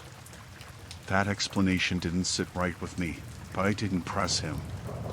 After he left, I kept checking the crawl space every few hours, just to make sure it stayed shut. It did for a while. That night, I stayed up late, watching TV in the living room. Around midnight, I heard a car pull up outside. My street didn't get much traffic, especially that late, so I muted the TV and listened. A door opened and closed, followed by muffled voices. I crept over to the window and peeked through the blinds. It was a white van. No logo, no markings, just plain white. Two men got out and started walking toward my house. They weren't in uniforms, but they looked familiar, like they might have been part of the crew that worked on my house. One of them carried a small toolbox. I felt a cold wave of fear as they stopped at the side of my house, right where the crawl space was. I didn't know what to do. Part of me wanted to confront them, but something about the way they moved made me hesitate. They weren't acting like they were supposed to be there. They kept looking around, like they were checking if anyone was watching. One of them knelt down and started unscrewing the access panel. That's when I realized they must have brought their own tools because the guy from earlier had tightened the screws that morning. I grabbed my phone and dialed 911. While I was on the phone with the operator, I stayed low by the window, watching as the men opened the crawl space and crawled inside, one after the other. It was surreal, like something out of a bad dream. I couldn't understand why they'd be going under my house in the middle of the night. The police arrived about 10 minutes later. By then, the men were gone, and the van was still parked on the street. I told the officers what I'd seen, and they searched the crawl space. They didn't find anyone, but they did find a small bundle of tools and some loose wires that weren't supposed to be there. One of the officers said it looked like they'd been tampering with the wiring under the house. He didn't say why, but the look on his face told me he didn't think it was anything good. The police towed the van and said they'd look into it, but I never heard anything else about it. I installed security cameras the next day, and I started sleeping with a heavy flashlight next to my bed. For the rest of the time I lived in that house, I couldn't shake the feeling that someone was watching me. Even during the day, I'd catch myself glancing over my shoulder or checking the cameras obsessively. I never saw the men again, but sometimes, late at night, I hear faint sounds under the house, scraping, tapping, or soft footsteps.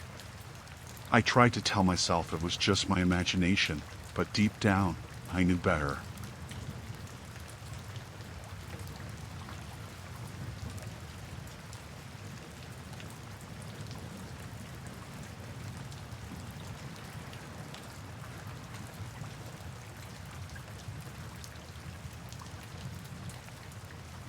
The first time I noticed him was a Wednesday.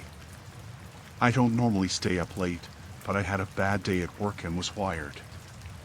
I sat in my living room, watching TV, the curtains half drawn because I wasn't thinking much about privacy. It wasn't until I got up to get a drink that I noticed something out of the corner of my eye through the window. There was a man sitting on the grass in my front yard, just sitting there, facing the house. He wasn't on the sidewalk or near the street. He was a good 10 feet from my front door. I froze for a second, staring at him, and my first thought was that maybe he was drunk or had the wrong house. But he wasn't slouched or swaying like he didn't know where he was. He just sat there, still as a statue, legs crossed, staring at my door. It didn't feel right.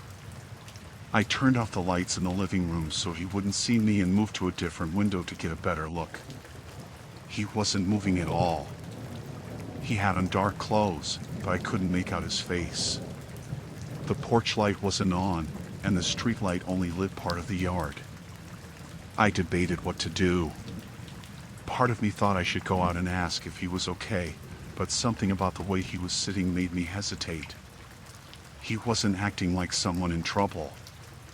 He wasn't calling out for help or looking around like he was confused. He just sat there, looking at the door. After a few minutes, I decided to call the non-emergency police line. I didn't want to overreact, but it felt too strange to ignore.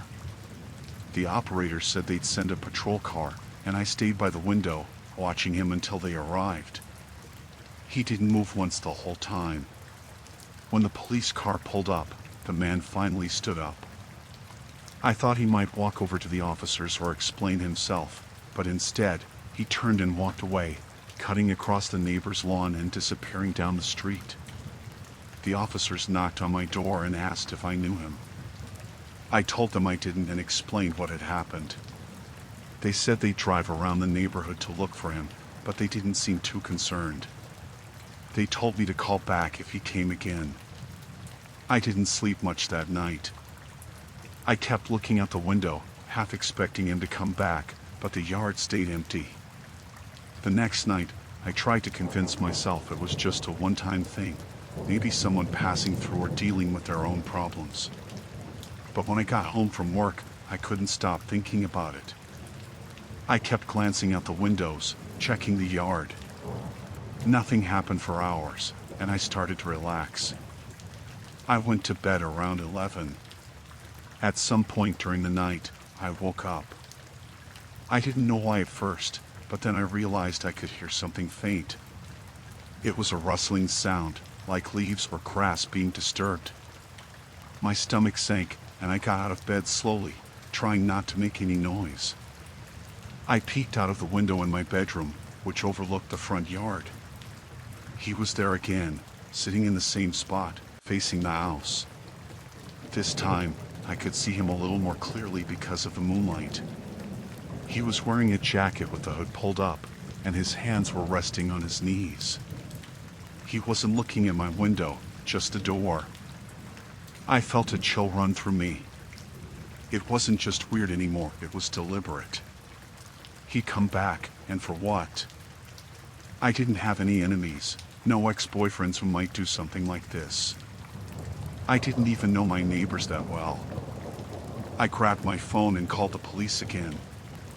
While I waited for them to show up, I stayed by the window, watching him. He didn't move the entire time.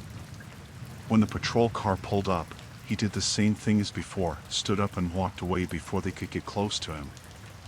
The officers came to the door and asked the same questions as the night before, but there wasn't much they could do since he hadn't threatened me or done anything illegal. I asked them to stay parked outside for a while, and they agreed, but I still didn't feel safe. I ended up sleeping on the couch with all the lights on. Over the next few nights, it became a pattern. He showed up every night, always sitting in the same spot, always leaving as soon as the police arrived. I started to dread sunset. I couldn't focus at work, and every little noise at home made my heart race. The police started taking it more seriously after the fourth night and told me they'd increase patrols in the area, but it didn't stop him. One night, I decided to stay up and watch, determined to figure out where he was coming from. I turned off all the lights in the house and sat by the window, my phone in hand. It was nearly 2 a.m. when he appeared. He didn't walk down the street or come from the direction of the sidewalk. He came from the side of the house, stepping out of the shadows near the fence. I realized he'd probably been hiding there, waiting for me to turn off the lights. The thought made my skin crawl. I called the police again, whispering into the phone so he wouldn't hear. This time, when the patrol car showed up, he didn't leave right away. He stood there for a few seconds, staring at the car, before finally walking off. The next day, I decided I couldn't stay there anymore. I packed a bag and went to stay with a friend across town. I told the police what I was doing and asked them to keep an eye on the house. A few days later, I went back during the day to pick up some more things. As I was walking up to the front door, I noticed something on the ground where he used to sit. It was a piece of paper, folded up neatly. My hands were shaking as I picked it up and unfolded it. All it said was, "Why did you leave?" I didn't go back after that. I put the house up for sale and moved out of state. To this day, I have no idea who he was or what he wanted. But sometimes, when I'm alone at night, I catch myself looking out the window, half expecting to see him sitting there.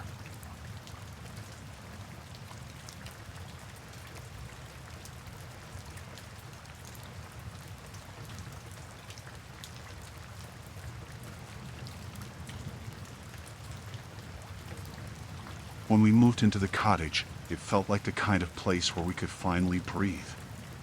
It wasn't big, 2 bedrooms, a creaky wooden porch, a garden overrun with weeds, but it had charm. Emily and I wanted to leave the city behind, and this seemed like the perfect spot.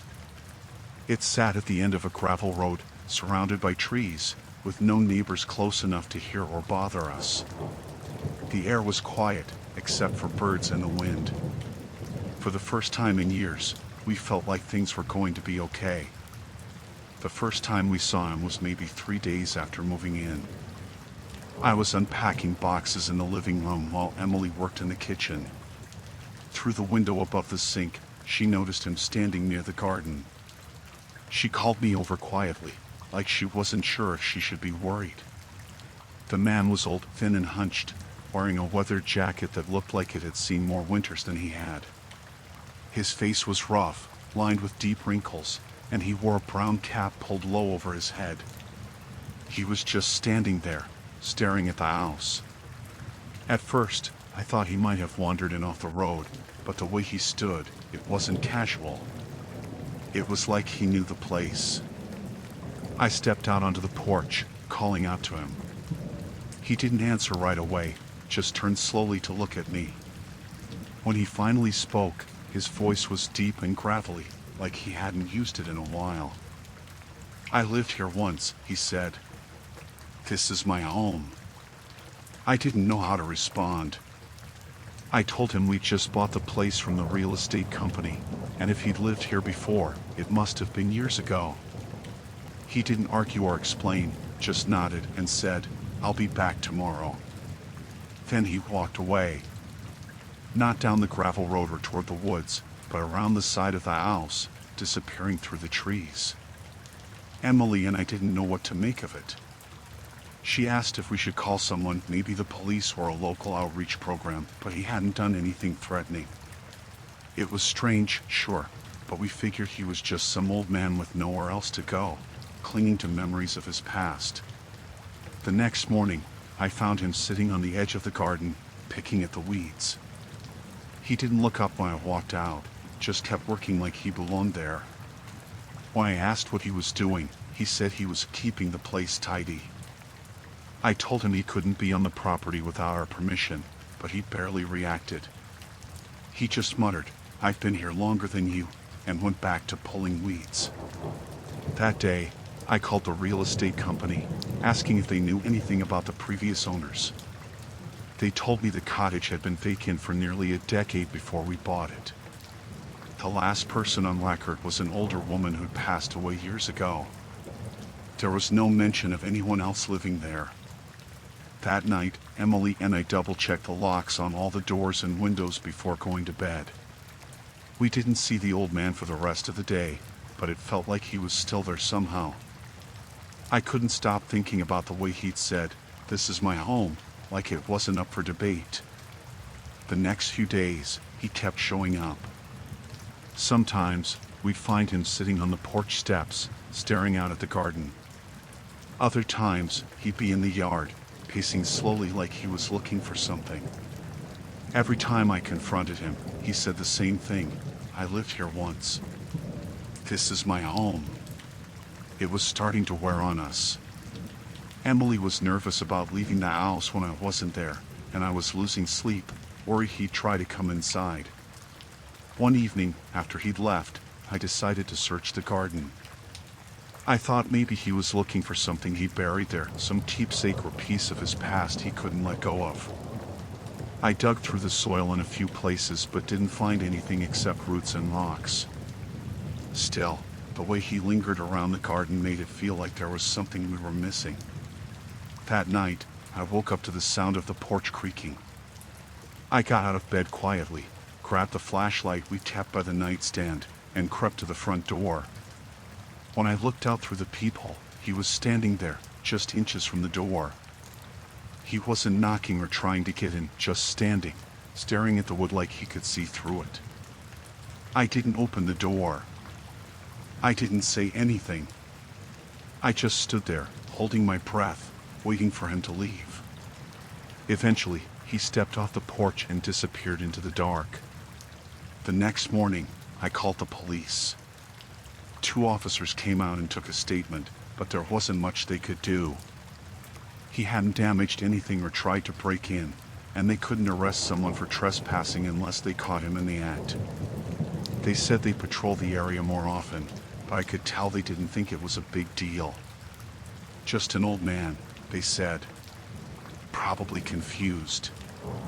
That afternoon, Emily found something in the garden. She was pulling weeds near the back fence when she uncovered a small wooden box, buried just under the surface. Inside was a photograph, faded and yellowed with age. It showed a younger version of the old man, standing in front of the cottage with a woman and a little boy. They were smiling, but there was something off about the picture. The way they stood, the way their smiles didn't quite reach their eyes, it made my skin crawl. That evening, when he showed up again, I confronted him with the photo. I asked him who the people were, thinking maybe it would make him open up or explain himself. Instead, he just looked at it for a long time, then handed it back without a word. He turned and walked away, leaving me standing there with more questions than answers. The last time I saw him was 2 nights later. I woke up to the sound of the back door rattling, like someone was trying to open it. I grabbed the flashlight and went to the kitchen, my heart pounding. Through the window, I saw him standing in the garden, holding the wooden box in his hands. He wasn't looking at me or the house this time, he was looking at the box, almost like he was saying goodbye. I watched as he set the box down in the garden, then turned and walked into the woods. He didn't come back after that. Emily and I decided to move a few months later. We never told the new buyers about the old man. Sometimes, I wonder if he's still out there, sitting in the garden, waiting for someone to bring him home.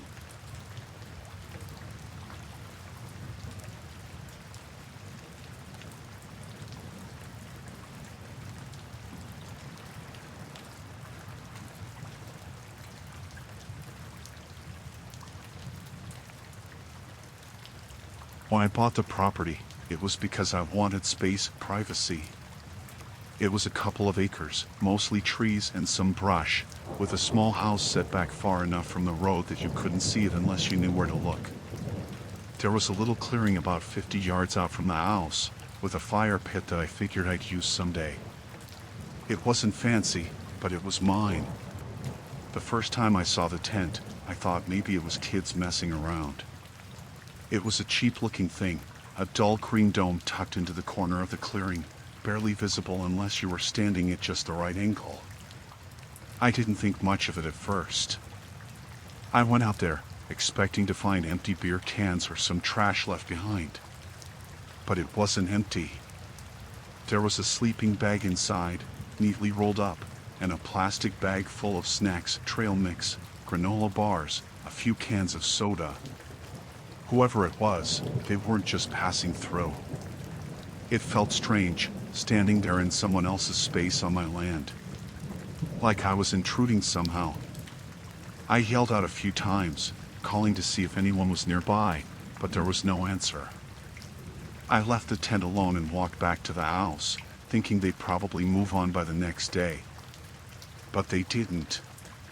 The next morning, I found a small pile of stones stacked just outside the back door. 5 or 6 rocks, balanced carefully. I figured it was a prank, some neighbor's kid sneaking around for a laugh. I kicked them over and went back inside. But when I went out to check the clearing, the tent was still there. And this time, the sleeping bag wasn't rolled up anymore. It was spread out flat, like someone had been using it. I yelled again, louder this time, telling whoever it was that they needed to leave. I waited for a while, pacing the clearing, but no one came back. I decided to call the non-emergency line and report it. The officer on the phone told me they'd send someone out to take a look, but it could be a few hours. By the time they arrived, the tent was gone. The officer walked around the clearing with me, kicking at the grass where the tent had been. There were faint impressions in the dirt where the stakes had been driven into the ground, but nothing else. No trash, no tracks leading away, nothing. The officer said it was probably a hiker who didn't realize they were on private property. He told me to call again if they came back. That night, I heard something outside. It was faint at first, just a soft rustling, like leaves brushing against the side of the house. Then there was a sharp tap tap tap on one of the windows. I grabbed a flashlight and looked out, but there was nothing there, just the dark shapes of trees swaying in the wind. In the morning, I found something written in the dirt just outside the house.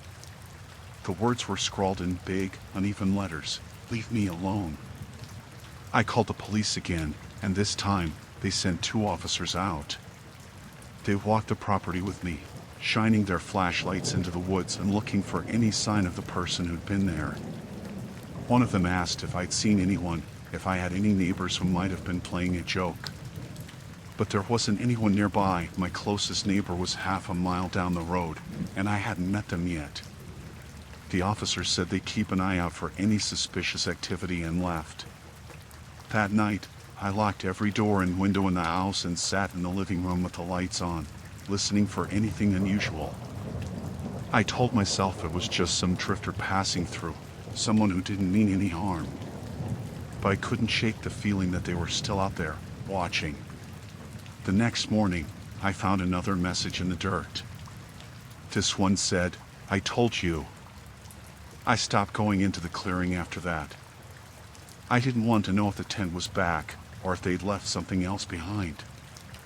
I started keeping a baseball bat by the door and made sure my phone was always charged. Every time I looked out the window, I half expected to see someone standing there, just beyond the tree line. One night, around 2 a.m., I woke up to a strange noise. It wasn't the wind or the usual creaks of the house settling. It was a low, scraping sound, like something being dragged across the ground. I got up, heart pounding, and grabbed the flashlight and bat. When I opened the back door, the sound stopped. There was nothing there. But when I turned to go back inside, I saw another stack of stones, this time taller, with a piece of paper pinned underneath the top rock. I unfolded it with shaking hands. The handwriting was messy, scrawled in thick black marker, "Stay out of my space." I didn't sleep after that. I sat in the kitchen, staring out the window, waiting for the sun to come up. When it did, I called a local security company and asked about installing cameras around the property. They said it would take a few days to send someone out. In the meantime, I bought a trail camera and set it up in the clearing, facing where the tent had been. The next morning, the camera was gone. I found it smashed to pieces in the garden, the memory card missing. That was when I decided I couldn't stay there anymore. I packed a bag, locked up the house, and drove to a motel in town. I stayed there for 2 nights, trying to figure out what to do next. On the 3rd day, I went back to the property with the police, ready to file another report. The clearing was empty. No tent, no messages, no signs that anyone had been there. But when we reached the back of the house, we found something new. Scratched into the wood of the back door were the words, "This is your last warning." I sold the house a month later. I didn't go back while it was on the market, didn't even go to collect the rest of my things. I told the realtor to keep the keys and deal with it. Whatever that person wanted, they could have it. It wasn't worth the risk. Sometimes, I still wonder who they were. If they're still out there, watching, waiting for the next person to move in. I don't think I'll ever know, and maybe that's for the best.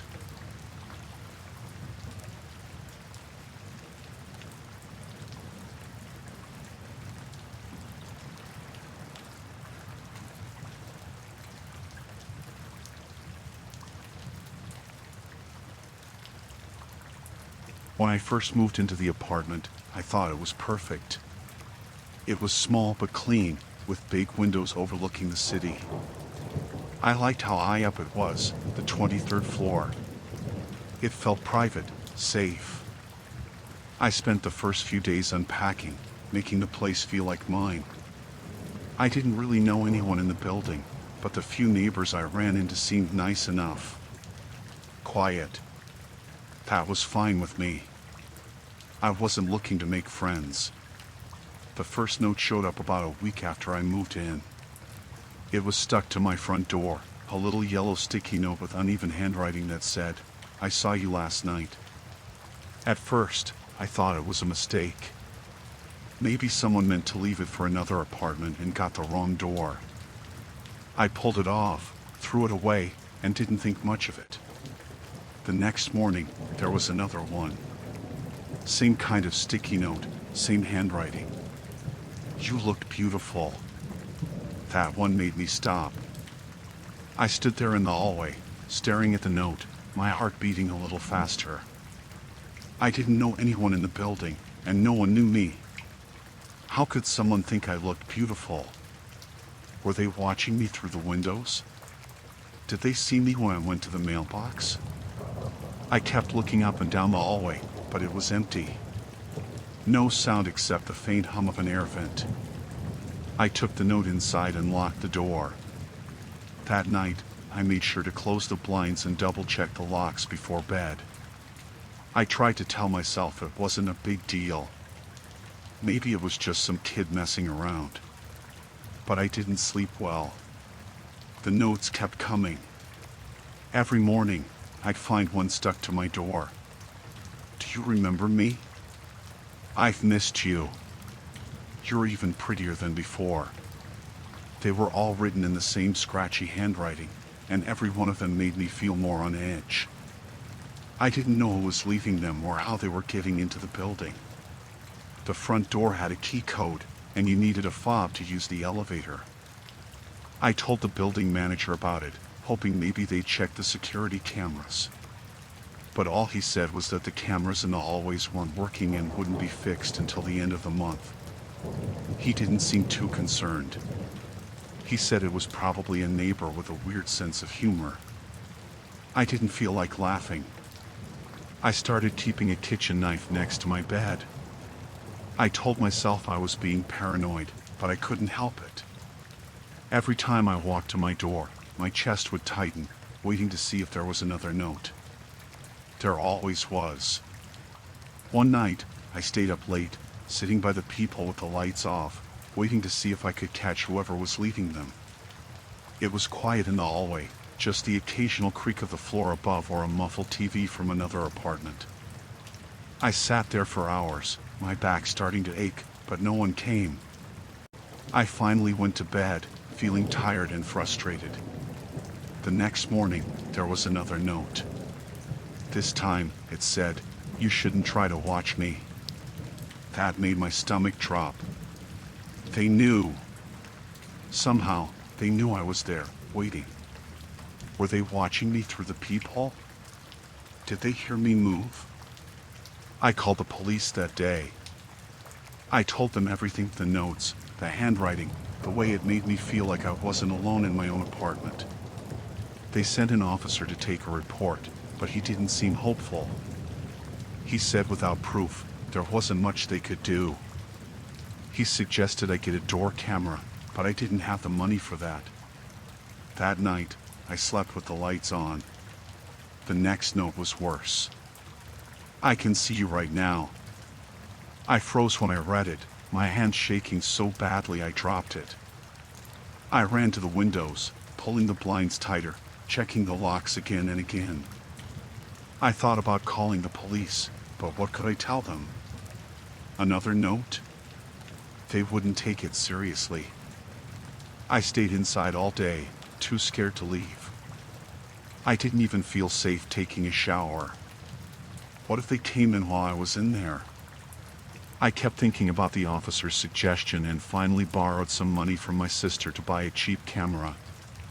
I set it up the next morning, pointing it at my door, and hoped it would catch something. That night, I kept checking the feed on my phone, looking for any movement. The hallway stayed empty, quiet. No one came near my door. I started to think maybe the notes would stop now that I had the camera. In the morning, there was another note. Nice camera. Won't help you. I felt sick reading it. They'd seen the camera, and they still came. They weren't afraid of being caught. They wanted me to know they were watching. I packed a bag that day. I couldn't stay there anymore. I called my sister and told her I needed to crash at her place for a while. She didn't ask too many questions, just said I could come whenever. I didn't care about the lease or the rent, I just wanted to leave. But as I was locking up the apartment, I heard footsteps behind me. Slow, deliberate steps coming down the hallway. I turned, and there was a man standing a few doors down. He was tall, with a hoodie pulled low over his face. He wasn't carrying anything, just standing there, staring at me. I didn't wait to see what he wanted. I bolted for the elevator, slamming the button over and over until the doors opened. When they did, I jumped inside and hit the ground floor. My heart was pounding so hard I thought it might burst. I didn't look back as I ran to my car. I just drove, not even sure where I was going at first. I ended up at my sister's, and I told her everything. She helped me file another police report, but I didn't go back to the apartment. My sister helped me break the lease, and I moved out of the city altogether. I still don't know who was leaving the notes or how they got into the building. I don't want to know. Sometimes I think about that last note, the one about the camera. Whoever it was, they weren't just watching me, they wanted me to know they could get to me anytime. And that's what scares me the most.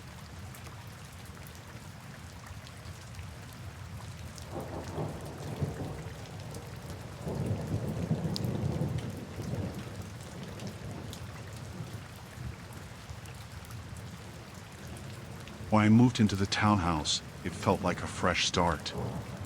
It was a two-story place in a quiet neighborhood, nothing fancy, but it was mine. I spent the first couple of days unpacking and getting used to the layout. There was this small closet under the stairs that caught my attention. It wasn't much, just some shelves and a bunch of old paint cans left by the previous owner. While clearing it out, I noticed a loose board near the floor. It didn't seem like a big deal, but when I tugged on it, the whole section came loose. Behind it was a small opening. A crawl space. It looked like it ran under the entire house.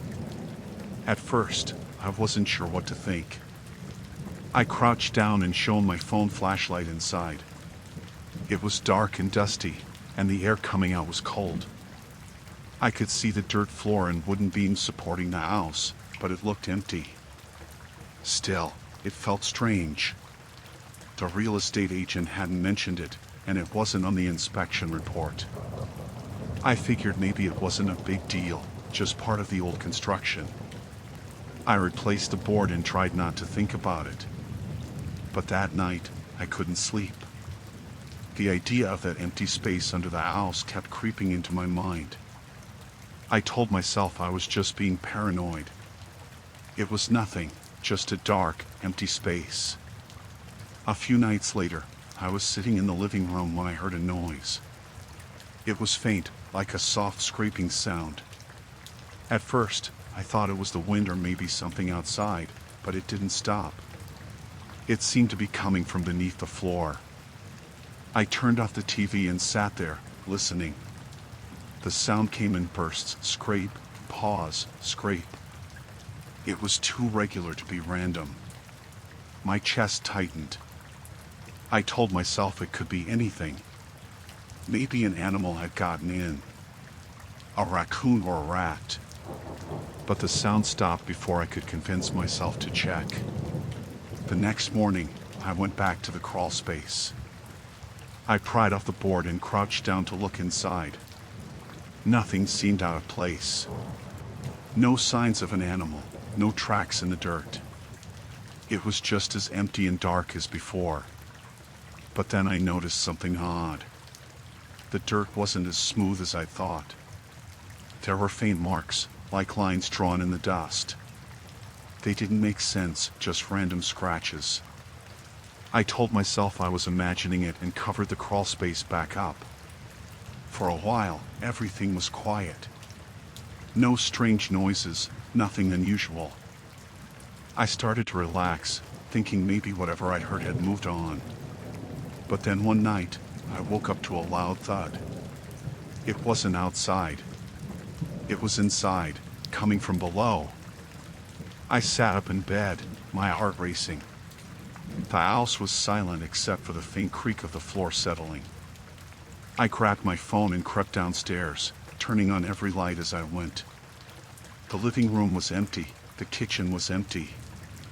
But when I got to the closet, I froze. The board covering the crawl space was slightly ajar. I stared at it, not breathing, not moving. Slowly, I reached for the handle and pulled the door open. The crawl space was dark, the air cold and damp. I shone my flashlight inside, but nothing looked different. I tried to tell myself the board must have come loose on its own. Maybe I hadn't secured it properly last time. But deep down, I didn't believe that. The next day, I called a pest control company. I told them I thought I might have a raccoon or something living under the house. When the guy came out, I showed him the crawl space. He climbed in with a flashlight and spent about 20 minutes crawling around. When he came back out, he looked confused. "There's no animal in there," he said. But he hesitated. "There's a blanket in the far corner. And some empty food wrappers." That hit me like a punch to the stomach. Someone had been in there. I asked him if it looked old, like maybe it had been there before I moved in. He shook his head. Hard to say, but it didn't look dusty. Could be recent. I didn't sleep that night. I couldn't stop thinking about it. Someone had been living under my house. Maybe they still were. I wanted to call the police, but what could I say? There was no sign they'd broken into my house. No proof they were still there. I decided to check the crawl space myself the next day. I waited until it was bright outside and armed myself with a flashlight and a crowbar. I pulled the board away and crawled inside. The space was tighter than I expected, and the air smelled stale. I found the blanket in the corner, just like the pest guy said. It was old and dirty, and there were crumpled food wrappers and an empty water bottle next to it. But there was something else, too, a small notebook. I picked it up, my hand shaking. The cover was plain, and the pages were filled with messy handwriting. Most of it didn't make sense, just random words and sentences. But then I saw my name. He doesn't know I'm here. He stays up late. He likes to watch TV at night. I dropped the notebook and scrambled out of the crawl space. My heart was pounding so hard I thought I might pass out. Someone had been watching me. They knew my name, my habits. They'd been under my house the whole time. I called the police and told them everything. They came out and searched the crawl space, but whoever had been there was gone. The officers told me it was probably a homeless person looking for shelter, but that didn't make me feel any better. They couldn't tell me how long they'd been there or if they might come back. I moved out a week later. I couldn't stay there, not knowing someone had been living just beneath my feet, watching me, writing about me. I still think about it sometimes, lying awake at night in my new place. I can't help but wonder if they're still out there, watching someone else now.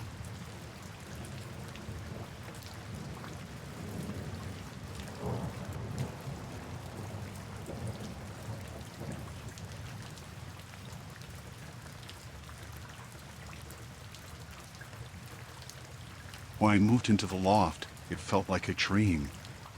The big windows, the open space, the way the light spilled in during the day, it was everything I'd wanted. The building was older, but it had character, and the rent wasn't bad for the city. The landlord mentioned that the maintenance guy, Eric, lived on site. He said Eric was great at fixing things and always around if there were problems. I met Eric the first week. He was polite but a little strange. Not rude, just off. He was in his 40s, with a shaved head and glasses that seemed too small for his face. He had this habit of looking just past me when we talked, like he couldn't meet my eyes. He came by to fix the faucet in the kitchen and ended up staying longer than I thought was necessary. I didn't question it at the time. He said the pipes were old, and I figured he was just being thorough. The first time I noticed something weird was about a month later. I'd been home all day working, and around mid-afternoon, I heard what sounded like footsteps above me. My unit was on the top floor, so there shouldn't have been anyone up there. At first, I thought maybe it was the building settling or something, but the sound was too deliberate. I went out into the hallway to check, but there was no stairway or door to access the roof from inside. When I mentioned it to Eric the next day, he smiled and said, "Probably just pigeons. They get up there sometimes." I didn't press it, but the way he said it made my skin crawl, like he was trying too hard to brush it off. Things got worse after that. I started noticing little things around the loft that didn't add up. My coffee mug would be in a different spot than I remembered leaving it. A drawer in the bathroom would be open when I was sure I'd closed it. Once, I came home to find my laptop turned on, even though I always shut it down before leaving. At first, I thought I was being forgetful, but it kept happening. Then one night, I was lying on the couch watching a movie when I got this feeling like I was being watched. I can't explain it, it was just this sudden, overwhelming sense that I wasn't alone. I turned off the TV and looked around the loft, but everything seemed normal. Still, I couldn't shake the feeling, so I grabbed my phone and started searching. I looked behind picture frames, inside fence, anywhere I thought a small camera could be hidden. I didn't find anything, but it left me feeling paranoid. The next day, I went to talk to Eric. I asked if he or anyone else had been in my unit while I was out. He gave me that same smile and said, "Not unless you put in a work order." I wanted to believe him, but something about the way he said it made me feel like he was lying. That night, I decided to do a more thorough search of the loft. I went through every inch of the place, looking for anything out of place. It wasn't until I got to the bedroom that I found it. There was a tiny hole in the wall above my bed, so small I wouldn't have noticed it if I wasn't looking for it. I shined a flashlight into it and saw the glint of something metallic. My stomach dropped. I grabbed a screwdriver and started prying at the wall. It took some effort, but eventually, I got the piece of drywall loose. Behind it was a small camera, the kind you'd see in a spy movie. It was attached to a wire that ran down into the wall. I didn't know what to do. My hands were shaking so bad I almost dropped the camera. I put it in a plastic bag and sat on the floor for a while, trying to calm down. Once I felt steady enough, I called the police. They came out and took the camera, and I showed them the hole in the wall. They said they'd look into it but didn't seem very optimistic. One of the officers suggested it might have been installed by a previous tenant or even the landlord. The next morning, I went to the building manager and told him what had happened. He looked shocked and said he had no idea how a camera could have gotten there. When I mentioned Eric, his expression changed. He got quiet and said, "I'll talk to him." That night, I locked every door and window and shoved a chair under the doorknob for good measure. I didn't feel safe. Around midnight, I heard footsteps in the hallway outside my door. They stopped right in front of my unit. I held my breath and waited, but whoever it was didn't knock. After a few minutes, the footsteps moved away. The next day, I decided to check the rest of the loft for cameras. I found two more, one in the vent above the kitchen and another in the corner of the living room. Both were hidden so I wouldn't have noticed them if I wasn't specifically looking. I felt sick. How long had they been there? How much had they seen? I called the police again, and this time, they took it more seriously. They searched the building and found a hidden room in the basement. Inside were monitors and recording equipment connected to the cameras. The setup was amateur but effective. They traced it back to Eric. When they arrested him, he didn't even deny it. He just smiled and said, "I was making sure everything was okay." That smile will haunt me for the rest of my life. I moved out the next day. I couldn't stay there, not after knowing what he'd done. I still feel paranoid, like someone's watching me, even though I know he's in custody. I've checked my new place for cameras at least a dozen times, and I don't think I'll ever stop looking.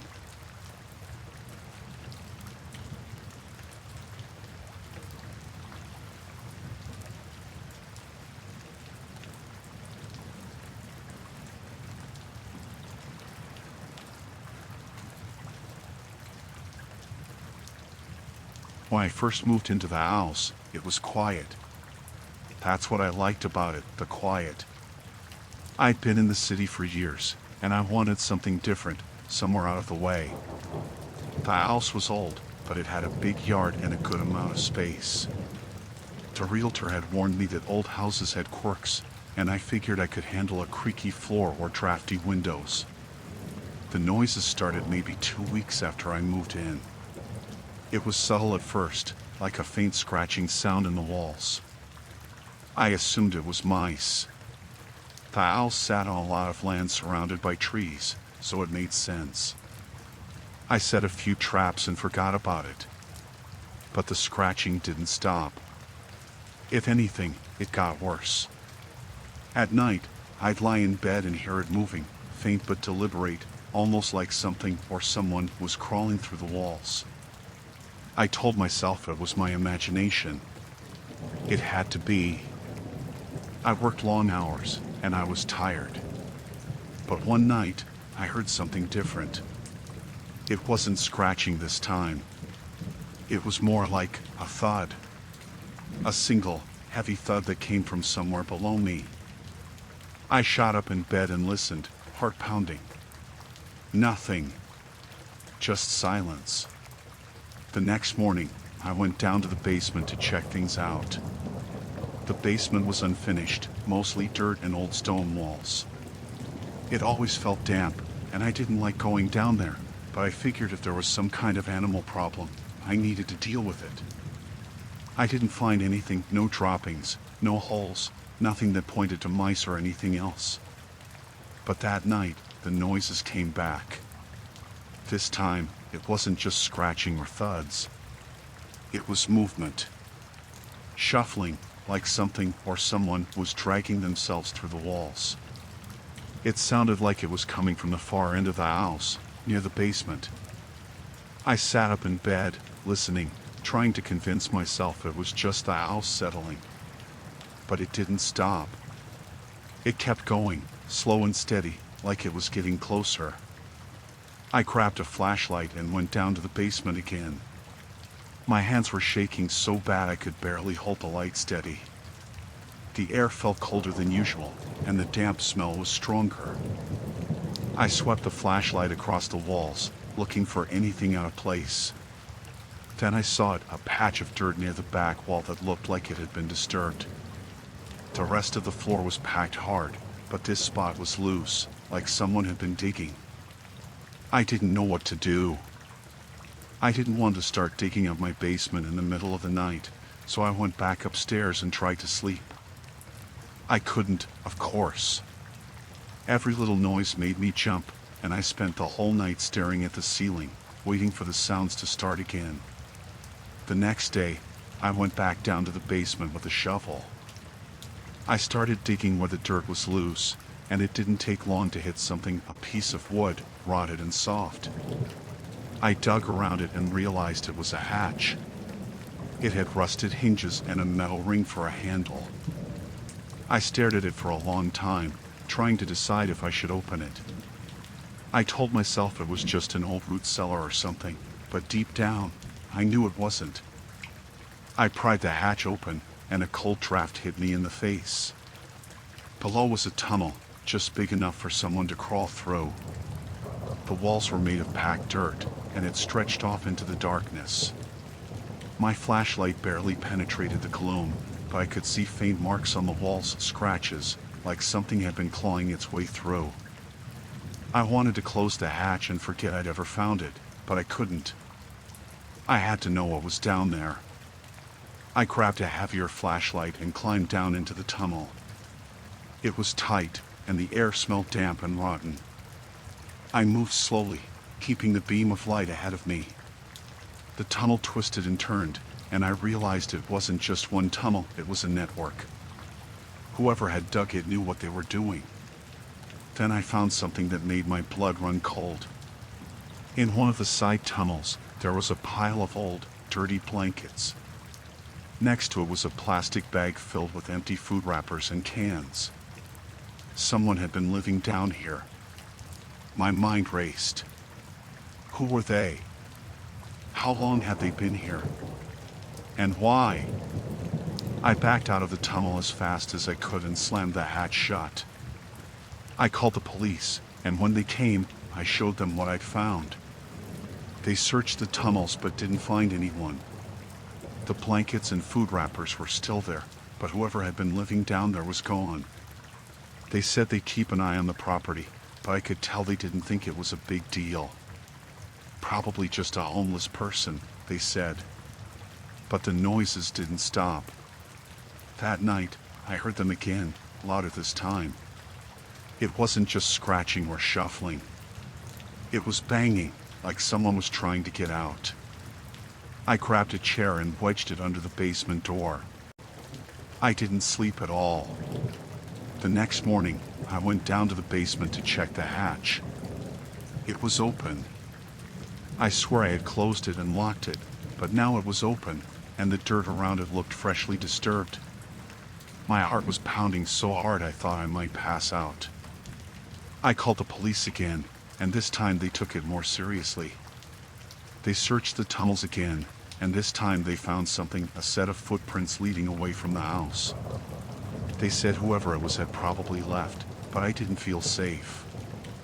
I couldn't.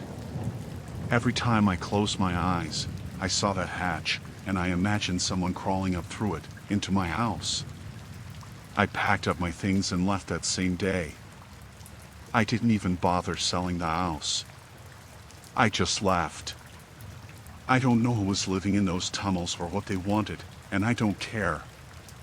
All I know is that I'm never living in a house with a basement again.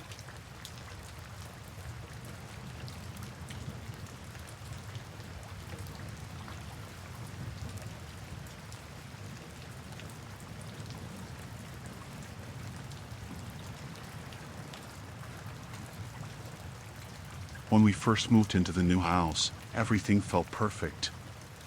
It was in a quiet neighborhood, the kind of place where you could imagine starting a family, a place where people knew each other's names and waved from their porches. The house itself was brand new, still smelling of fresh paint and wood. We were excited, really excited about the next chapter in our lives. At first, things were great. We spent the first few days unpacking, getting everything just right. I remember the garage was the first place I tackled. It was bigger than any garage we'd ever had, so we had big plans for it: workbench, tools, maybe even a space for a home gym if we had the time. It wasn't much to look at yet, just boxes stacked up and a few shelves still half full of things we hadn't found a place for in the house. But then, after a few days, I noticed something odd. I had left the garage door slightly open one morning while I was going inside to grab something, and when I came back, I saw it. A dirty old shoe, just sitting in the middle of the floor. It wasn't one of ours. I remember standing there for a moment, staring at it, trying to figure out if maybe I had dropped it or if it had somehow gotten mixed in with the boxes we'd been moving. But no! I knew it wasn't mine. I thought maybe one of the neighbors had left it there by accident. So, I just kicked it aside and went about my business, not thinking much of it after that. But the next day, there was something else. This time, it was a rusted hammer. I found it sitting on the workbench, just like it had been placed there deliberately. I didn't recognize it. It wasn't new, it wasn't even in decent condition. It looked like it had been used for years, left to sit outside in the rain, probably. It was starting to feel strange, but I told myself I was just overthinking it. Maybe someone had dropped it by mistake, maybe a worker from the development next door. We were in a new neighborhood, after all, and I assumed people were still getting used to the area. But still, something about it bothered me. The third time it happened, I couldn't brush it off. I had gone out in the morning to check the mail, and when I came back, there was a plastic bag on the floor of the garage. It wasn't big, just a small bag, but when I opened it, I found it full of old, yellowed newspapers. They were stacked up in a pile, and when I spread them out on the floor, I saw that most of the pages had nothing on them, just blank. But a few had something scribbled on them. Nothing clear, just random words, some of them written in black ink, others in what looked like red. I stood there, holding those papers, feeling like I couldn't breathe. Something wasn't right. The garage door was locked when I had left that morning. There was no way someone could have come in without a key, or so I thought. That's when the real dread settled in. I knew this wasn't some innocent mistake. We'd only been in the house a week, and yet someone had been coming in while we were gone, leaving things for us to find. I couldn't shake the feeling that we were being watched. And it wasn't just the garage. When I went out into the backyard, I noticed something strange at the edge of the property, a piece of cloth stuck to the fence. It wasn't mine. It wasn't even anything I recognized. I didn't tell my wife about any of this. I didn't want to freak her out. But the next time it happened, I had to. She came home after a long day at work and opened the door to the garage, and there, sitting right in front of the entrance, was a bag of old clothes. They were ripped, stained with something I couldn't identify.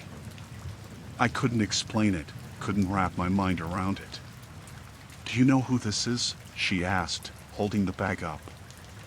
"No," I said, my stomach turning. "I don't know who it is." I called the police right then. They came out, took the bag, and gave me the usual talk about how they'd increased patrols around the neighborhood.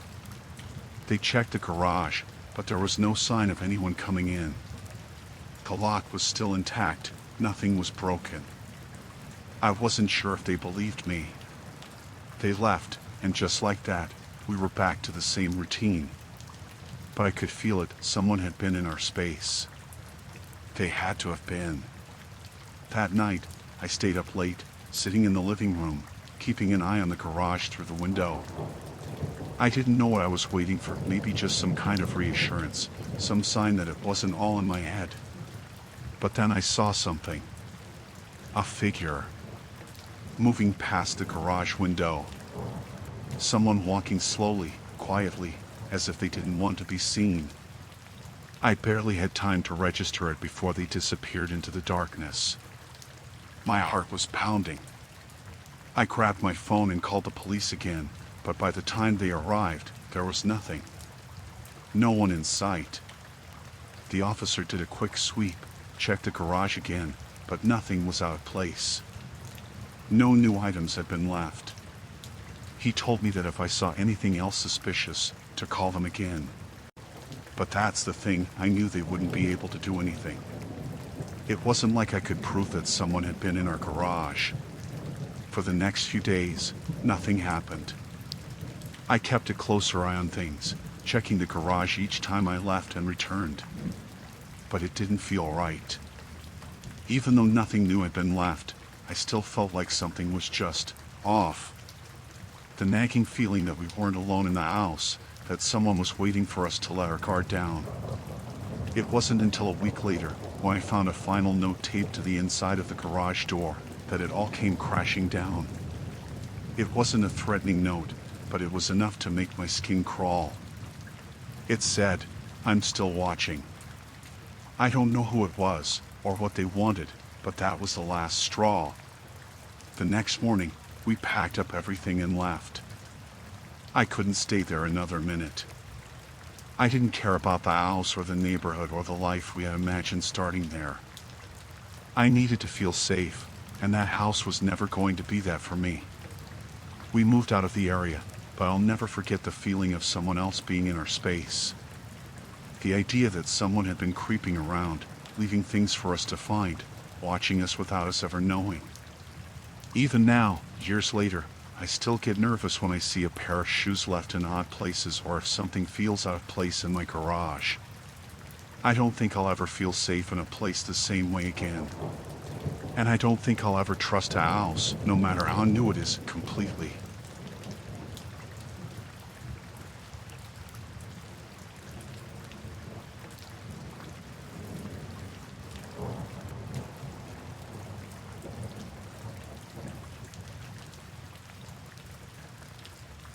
It started about 2 weeks after I moved into the house.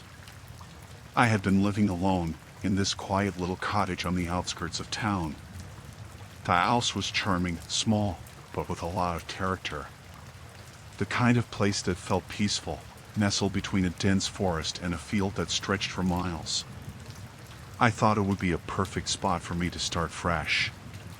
At first, everything was fine. I'd spend my days getting used to the place, setting up my furniture, and organizing the boxes that seemed to multiply no matter how much I unpacked. The house had large windows, which I loved, especially in the mornings when the sunlight would pour in. There was a sense of calm, of serenity, in those early days. But then, something started to feel off. It was the first time I noticed the footprints. I had just woken up one morning, made coffee, and was standing by the window in my kitchen, staring out at the woods. I don't know why, but I had this nagging feeling, something I couldn't shake. I noticed the grass near the edge of the trees looked disturbed, like someone had been walking there recently. It was still early, and the grass was damp from the dew. I thought nothing of it at first, maybe an animal had passed through. But when I looked closer, I saw human-sized footprints. Big ones, the kind you only notice if you're really looking. They were fresh, still visible despite the morning fog. They were right outside my window, leading toward the trees. I felt a chill run through me, but I brushed it off. It wasn't that unusual for someone to be walking near the woods. Maybe it was a neighbor or just someone passing by.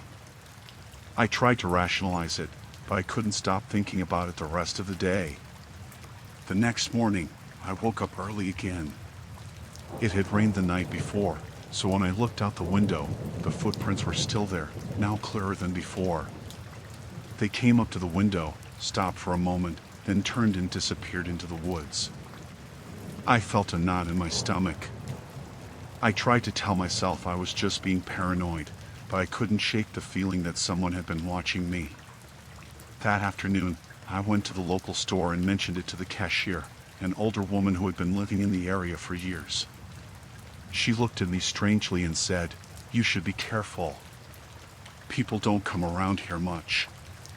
If you see footprints by your windows again, maybe think about locking your doors."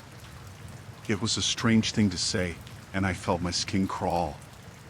But I figured she was just being protective, like small-town people often are. So, I ignored it and moved on. The next few days, the footprints kept showing up. Every morning, without fail.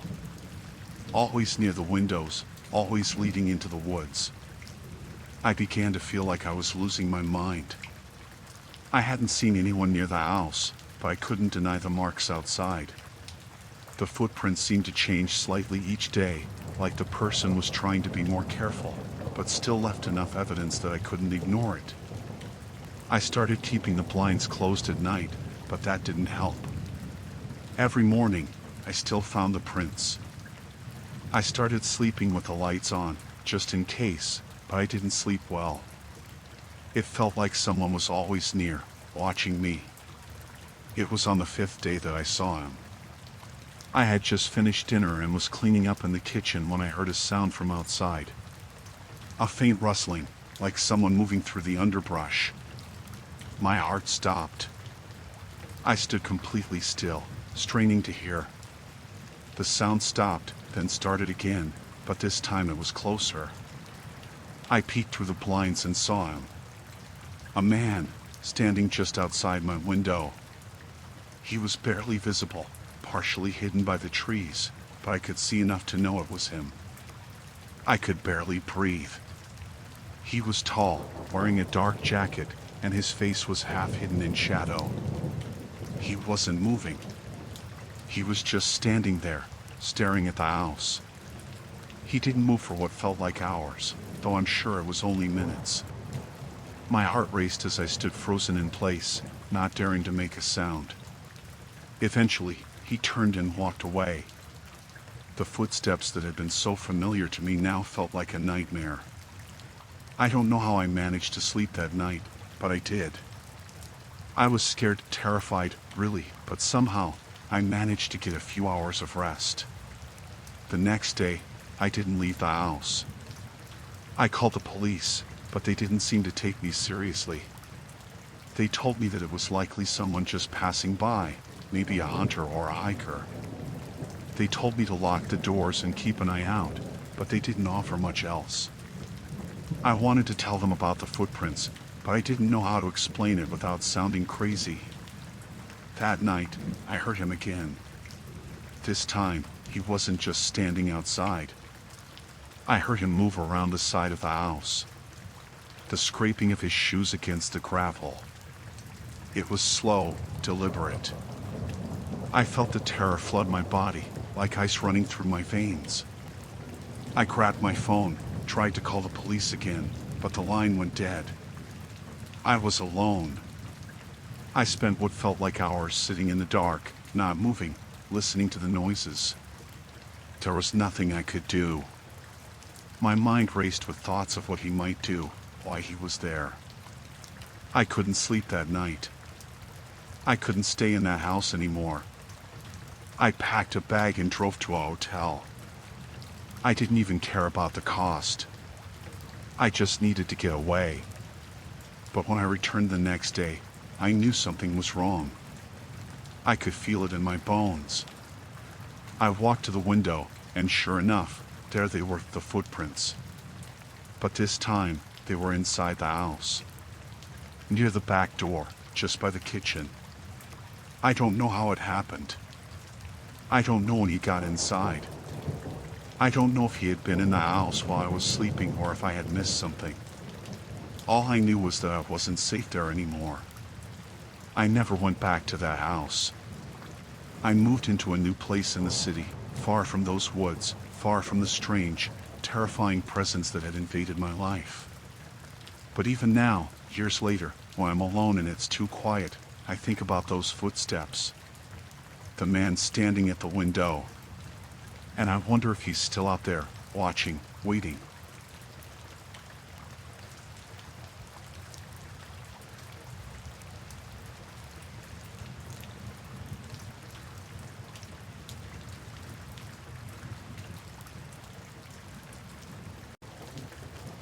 I don't know where to start.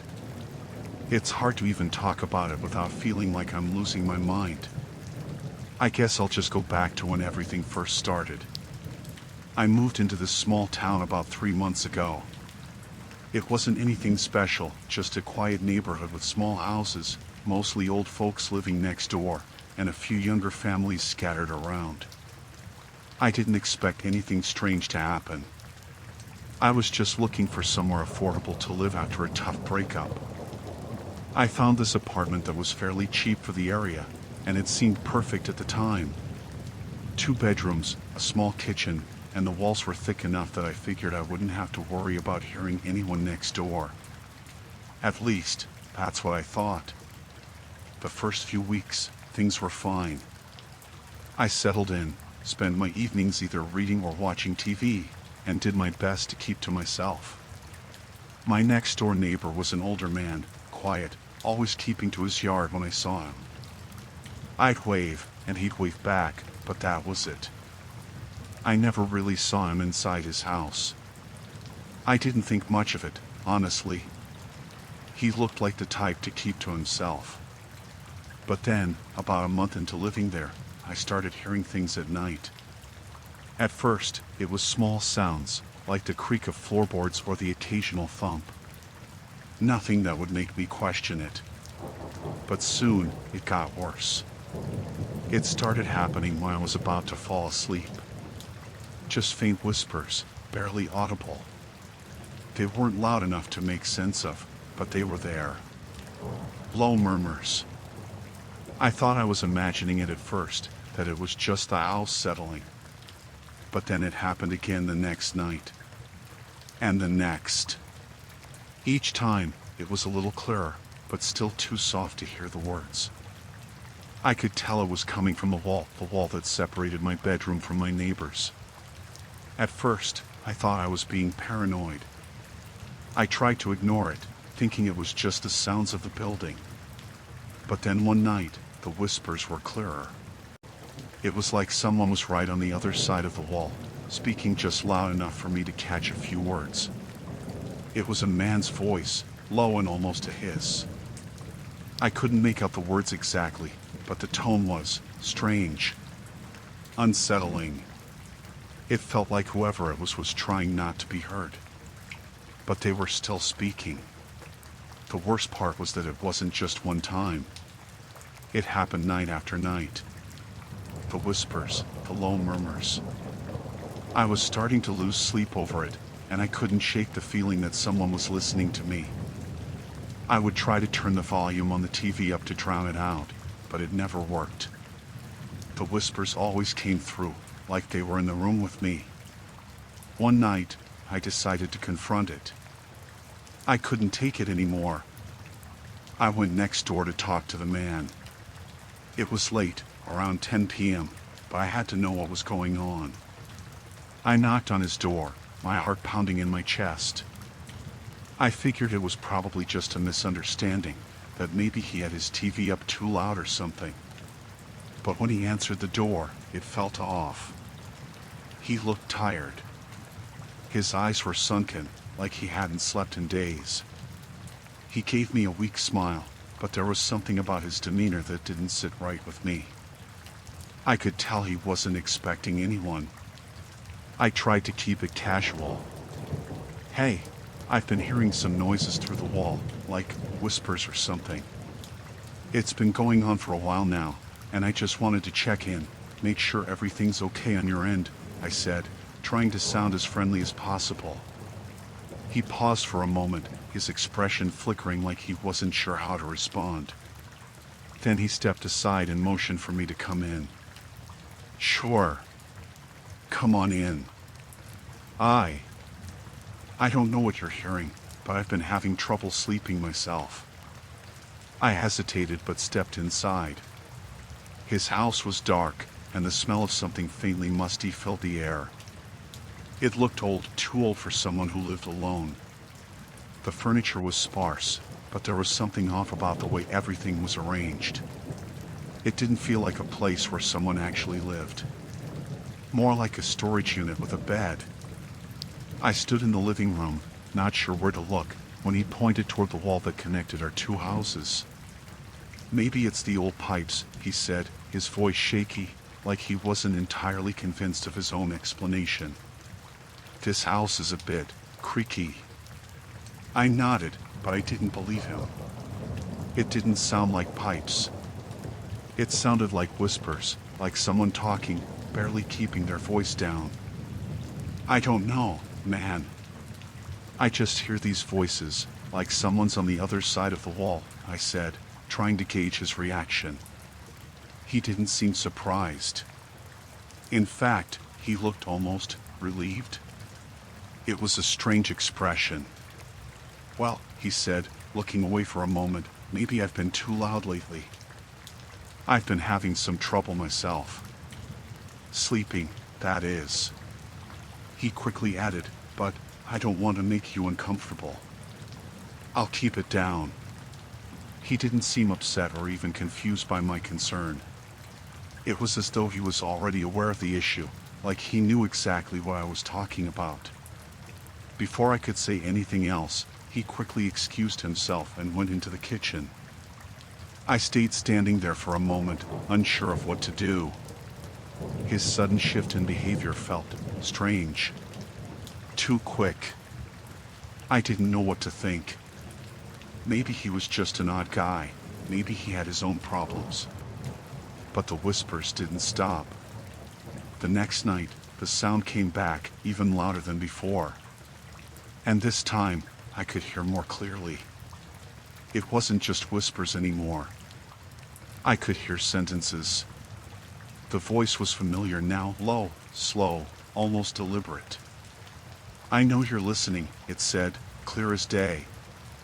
My blood ran cold. I froze, unable to move, unable to breathe. I could feel my heart pounding in my chest. I didn't know what to do. I didn't know what this man wanted from me, or why he was doing this.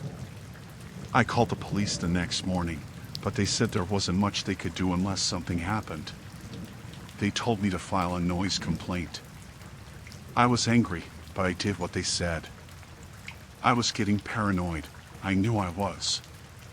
But it didn't stop. The whispers got worse. They would change into things like, "I see you," and "You can't hide from me." It wasn't until I found a tiny hole in the wall, just above the baseboard, that I realized what was happening. A tiny, round hole, just big enough for someone to peer through. I put my finger in it, and it was smooth, like it had been made recently. I knew then. He had been watching me. The man next door was using the shared walls to listen to me, to keep track of me. It was almost like he was obsessed, and the worst part was that I had never once seen him leave his house after that night. It was like he had never been there to begin with. I moved out that weekend.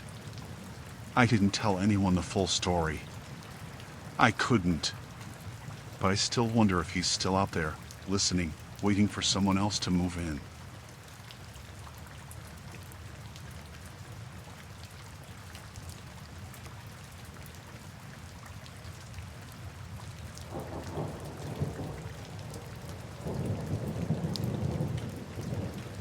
I still can't believe what happened. It feels surreal, even now, and part of me wants to convince myself it was all just some sort of mistake or misunderstanding. But I know it wasn't. I'm telling you this because I need to get it off my chest. It's been months, and every time I walk into my house, I can't help but feel like someone is still watching me. Like they're waiting. Let me start at the beginning. I had just moved into this house a few weeks ago. It was a nice place, a little old but charming, with a big backyard and lots of space. I was tired of renting, tired of never really feeling like I had a place to call my own, so when I found this house, I jumped at the chance.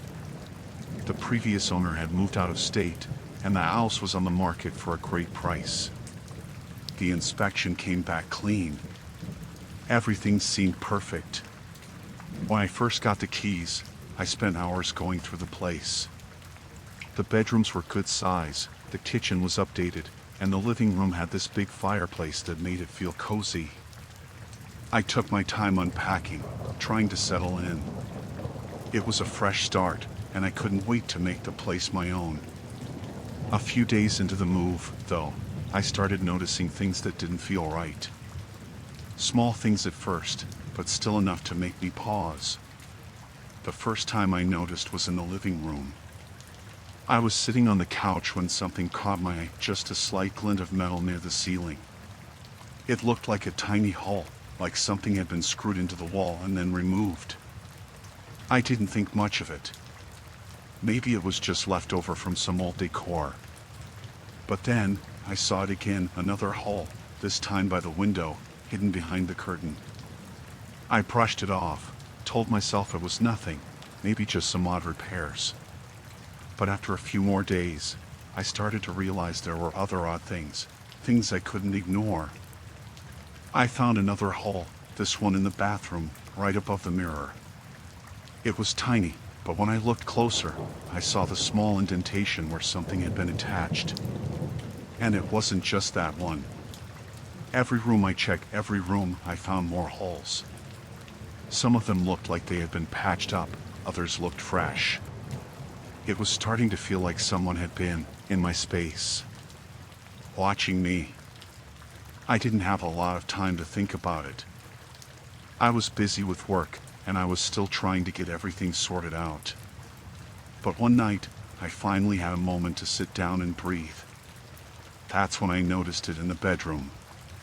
There was a small black camera, hidden in the corner of the room, just barely visible unless you knew what you were looking for.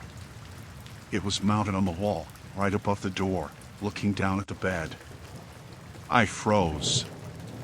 I don't know how long I stared at it, but the air felt thick, and I couldn't breathe. My mind raced. I thought I must be wrong. Maybe it was a mistake, some kind of old security system, something left over from when the house was being renovated. But deep down, I knew what I had found. I went to the kitchen and grabbed my phone, snapping a picture of it. I didn't know what to do. Should I call the police? Should I go straight to the previous owner? What if it was a mistake? Maybe it was just an old camera that had been forgotten about. But I couldn't shake the feeling that this was deliberate. I spent the next few hours going through the house, checking every room. In each one, I found more cameras. In the corners, behind shelves, even in the light fixtures. It was everywhere. I didn't sleep that night. I stayed up, pacing the house, waiting for something to make sense of it all. I ended up calling the number the real estate agent gave me for the previous owner. It was late, but I figured I had to know what was going on. When the man answered, his voice was flat, like he wasn't surprised to hear from me. Hello? I need to talk to you about something, I said, my voice shaking. There are cameras in the house. Everywhere. In every room. There was a pause on the other end of the line, and then he sighed. Didn't they tell you? He asked. They were part of the security system I had put in. It was all for safety. It's the reason I put them in. For your protection. I stood there, holding the phone, not sure what to say. Your protection? I repeated. Why would you need to install cameras in every room? Why didn't you mention this? I told the agent when I sold the house, he said, his tone still calm, but there was something almost too rehearsed about it. Those cameras were there for my own peace of mind, and I thought it'd be useful for the new owner, too. Nothing to worry about, really. Nothing to worry about? I nearly shouted.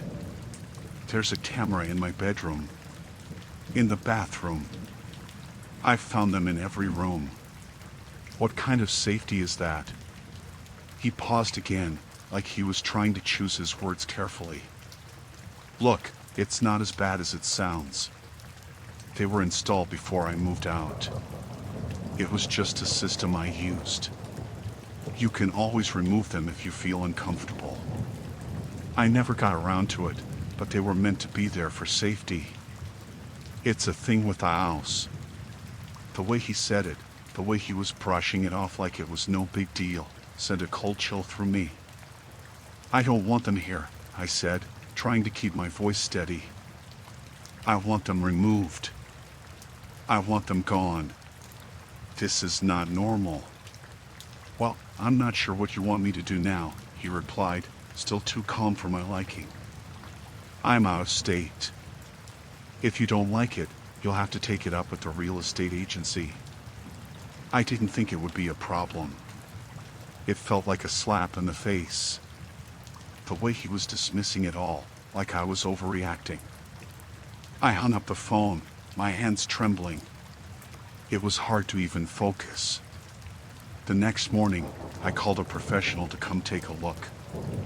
I couldn't be sure how long the cameras had been there, or how deep it went. The tech confirmed my worst fear. The cameras were all still active. They had been connected to a hidden network, something I had no access to, and each one had been recording. The man hadn't just left cameras behind. He had been spying on me, on anyone who had moved in. I don't know why it hit me like a ton of bricks. Maybe it was the fact that he had been in every room. Maybe it was the idea that someone had been watching my every move, without me knowing. But I felt sick. Disgusted. I never got the man to come back and remove the cameras. I had them all pulled up the day I found out. I didn't want to have anything to do with him or his safety system. I packed my things, moved out, and didn't look back. I still don't know what he wanted. I don't know if he was just some creepy guy who thought he could justify what he did, or if there was something more to it. But every time I walk into a room, I can't shake the feeling that someone's still watching me. Even though I know the cameras are gone, it doesn't feel like I'm truly alone.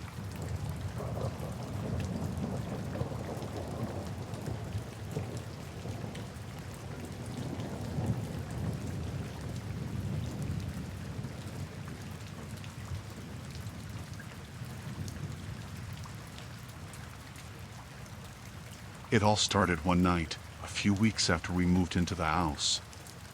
It was supposed to be a fresh start for the two of us, quiet, peaceful. We had left the city behind for something more private, more spacious. The house was perfect. It sat on the edge of a forest, secluded enough that we could enjoy the solitude but close enough to the town for convenience. It was everything we had wanted. Or at least, it seemed that way. I had noticed the lights at first. At first, it seemed like nothing, just an odd flicker in the distance.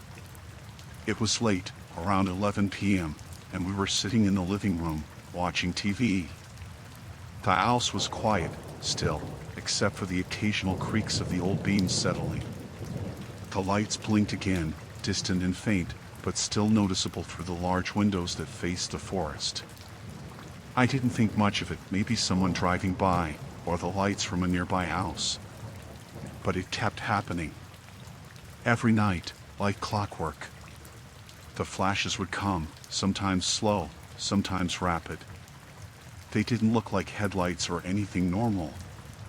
They had a strange rhythm to them, almost deliberate. It was disorienting, and honestly, a little unnerving. Do you see that? I asked my husband one night. He glanced up from his phone, squinting toward the dark trees. Yeah, I do. It's like flashes of light. It's been happening every night, I said. I wonder if someone's out there. We both agreed that it was probably just some random people camping or using the woods. Maybe it was just the lights from a house further down the road, or maybe there was some kind of outdoor activity going on. But the flashes didn't feel like any of those things. They felt purposeful. After a few more nights of this, I mentioned it to him again. Maybe we should check it out tomorrow, I suggested. Get a better look. The next day, we went for a walk toward the edge of the forest, but by the time we reached the area where we thought the lights had been coming from, there was nothing. The trees were quiet, still. No sign of movement, no lights. We stood there for a while, looking at the thick forest that seemed to stretch on forever. Maybe it was nothing, he said, shrugging. I don't know. It's weird, though. Yeah, weird, I agreed, but I couldn't shake the feeling that something wasn't right. A few more nights passed, and the lights returned, just like before. Flashing, blinking, always in the same place. But this time, it wasn't just a distant flicker. I could see it more clearly, the light shining from between the trees, cutting through the darkness. It wasn't just one flash or two. It was like someone was deliberately signaling or sending a message. It felt deliberate. The next night, after dinner, we decided to drive out to the area and take a closer look. It was dark by the time we got in the car, and the forest was thick, wrapping the road in shadows. We turned off the headlights as we approached the edge of the woods, parking the car and getting out quietly. It was eerie, the silence of the trees pressing in around us. We had no idea what we were walking into, but something in the pit of my stomach told me it wasn't good. As we walked along the edge of the forest, we noticed a faint glow up ahead. I motioned for him to be quiet, and we moved toward it, staying low. We crept through the underbrush, the lights getting brighter as we approached. And then, we saw it. There, between the trees, was a cluster of figures, standing still in the shadows. They were barely visible, but their presence was unmistakable. At first, we thought it was a group of people camping. But as we got closer, I saw what they were doing. They were focused on something, an object, or a device, in the center of their group. A small, portable light was set up, aimed at a screen. I could make out some kind of equipment, cameras, a tripod. It looked like they were setting up something, not just hanging out in the woods. They were watching the house. I could feel my heart pounding. My husband grabbed my arm, pulling me back slowly, but I could still see them clearly now. I saw their faces, their expressions intent, focused, like they knew exactly what they were doing. They weren't just out there for fun. They were doing something deliberate. We quietly backed away, careful not to make any noise. My head was spinning. What was this? Who were they? We went back to the car and drove home in silence, the images of those people still fresh in my mind.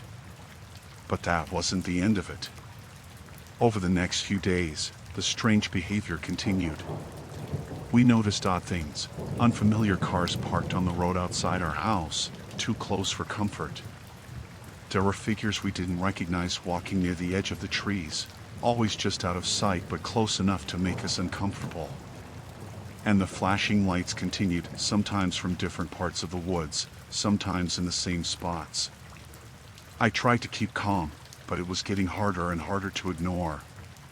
It wasn't just some random campers anymore. These people were watching us. And I had no idea why. Finally, we called the police. We weren't sure what they could do, but we couldn't ignore it any longer. When the officers arrived and we explained what was going on, they seemed skeptical. But they agreed to take a look at the area, even if it was just for our peace of mind. A couple of hours later, they came back. We didn't find anyone in the woods, one of the officers told us. But we did find some strange things. There are cameras set up on the trees, and we found traces of equipment they were using to monitor your house. It's a little more than just some random folks messing around. Someone's been spying on us? My voice was trembling. It looks like it. We'll check things out further, but for now, just be careful. We've reported it, and we'll be keeping an eye on the area. We didn't sleep that night. We stayed up, keeping the lights on, watching the windows. In the days that followed, the police increased patrols around our area, but it never felt like enough. I couldn't stop thinking about the people in the woods, the cameras they had set up, and the fact that they had been watching us for God knows how long. Who were they? And what did they want from us? Eventually, the flashes stopped. The strange figures in the woods stopped appearing. But I couldn't shake the feeling that someone had been lurking just out of sight, observing us, waiting for something. I don't know if we'll ever find out who those people were or why they were watching us. All I know is that I feel like I'm being watched every time I step outside. Every time I glance toward the trees, I can't help but wonder if they're still out there, waiting.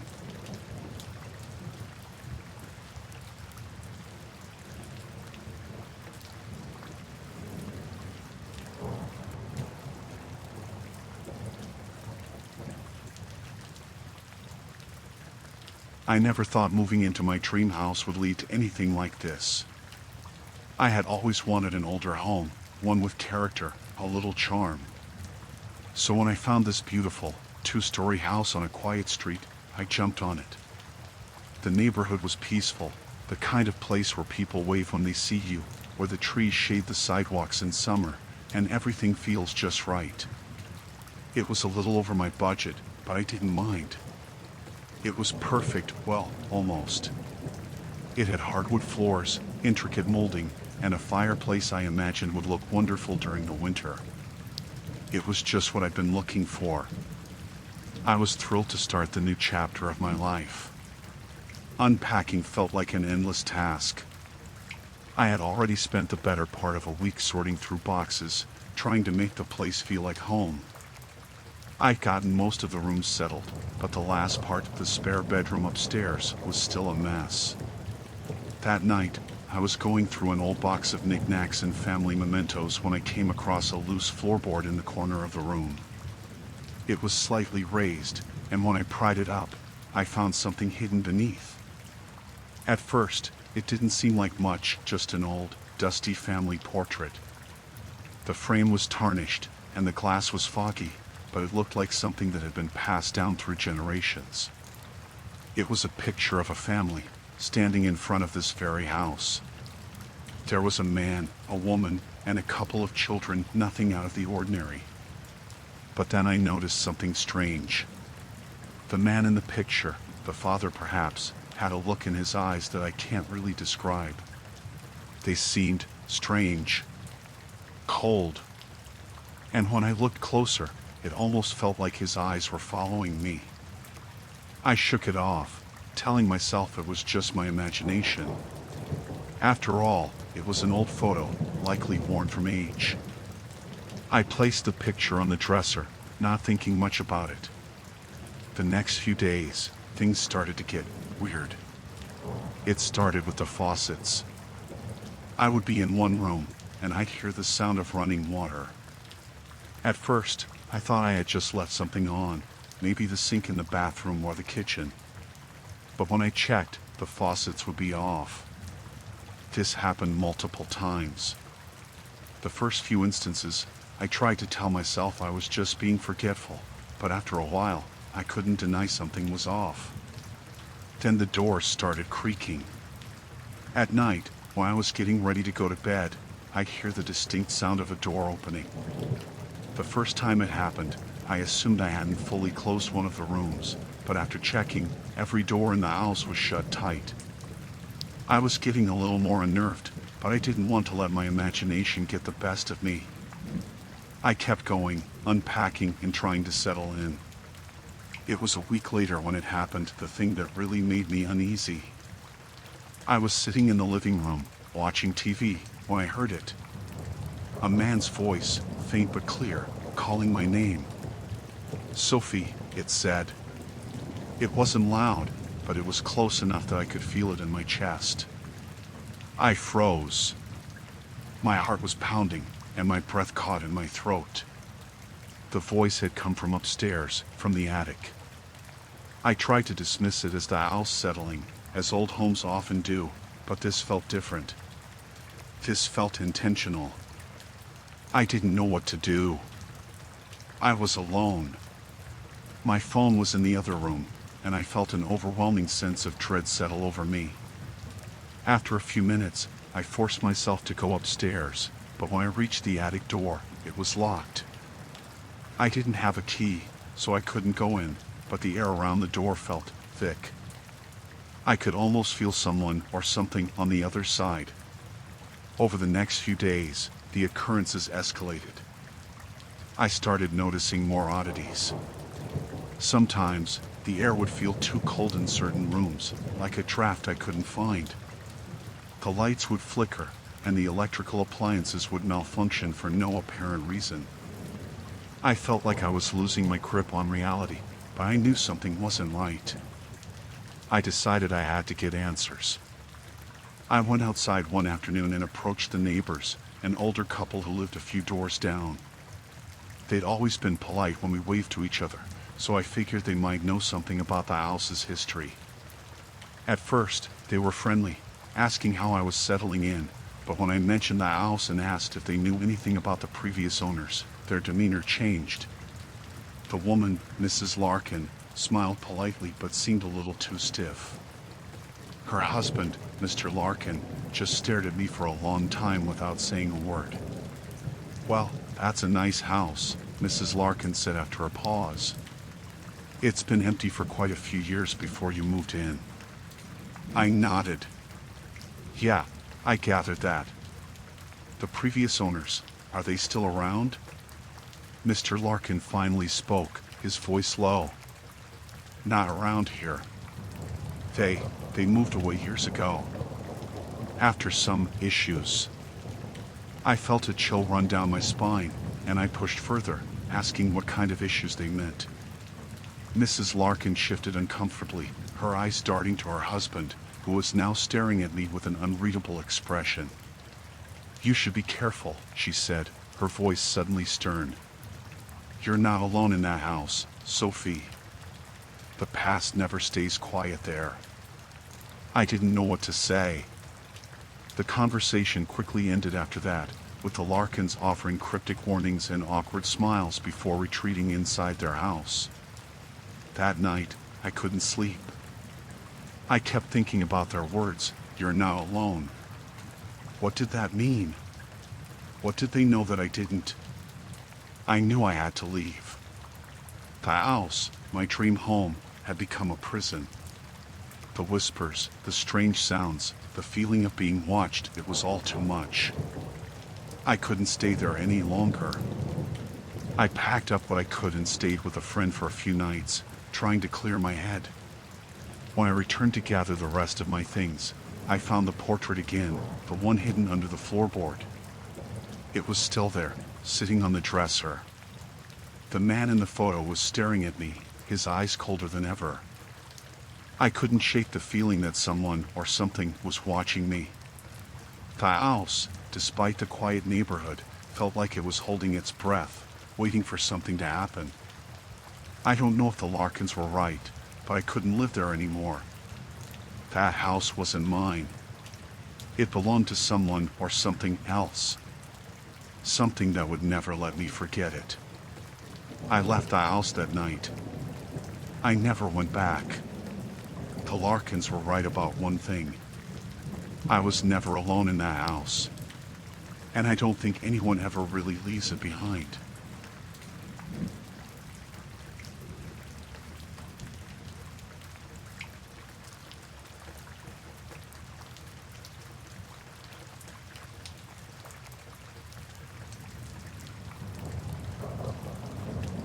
When I first moved into the house, I thought I was making a great decision. I had been living in the city for years, and after everything that had happened there, I was looking for a change. I found the perfect place, an old house on the outskirts of a small town I had never even heard of before. The price was right, and the area was remote enough that I thought it would be peaceful. A little rundown, sure, but I wasn't bothered by that. In fact, I kind of liked it. It had character, you know? It wasn't perfect, but it felt like it could be with a little work. The house itself was in a strange location, no neighbors within sight, just trees and fields surrounding it. It felt isolated, like a place someone would choose if they wanted to be left alone. At first, that's exactly what I wanted. A quiet life away from the noise. I didn't mind the drive into town, though it was a good 15 minutes, which made it even more isolated. The first few days were spent unpacking, getting to know the layout of the house. There was an old wood floor throughout, with a large fireplace in the living room that I could see myself using during the colder months.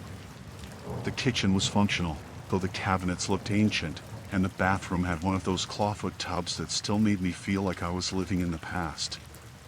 The place wasn't in bad shape, but it definitely had its quirks. Things like the creaky stairs and the way the doors would stick when you tried to open them. Still, I liked it. It had character, just like I wanted. I didn't notice anything odd for the first few days.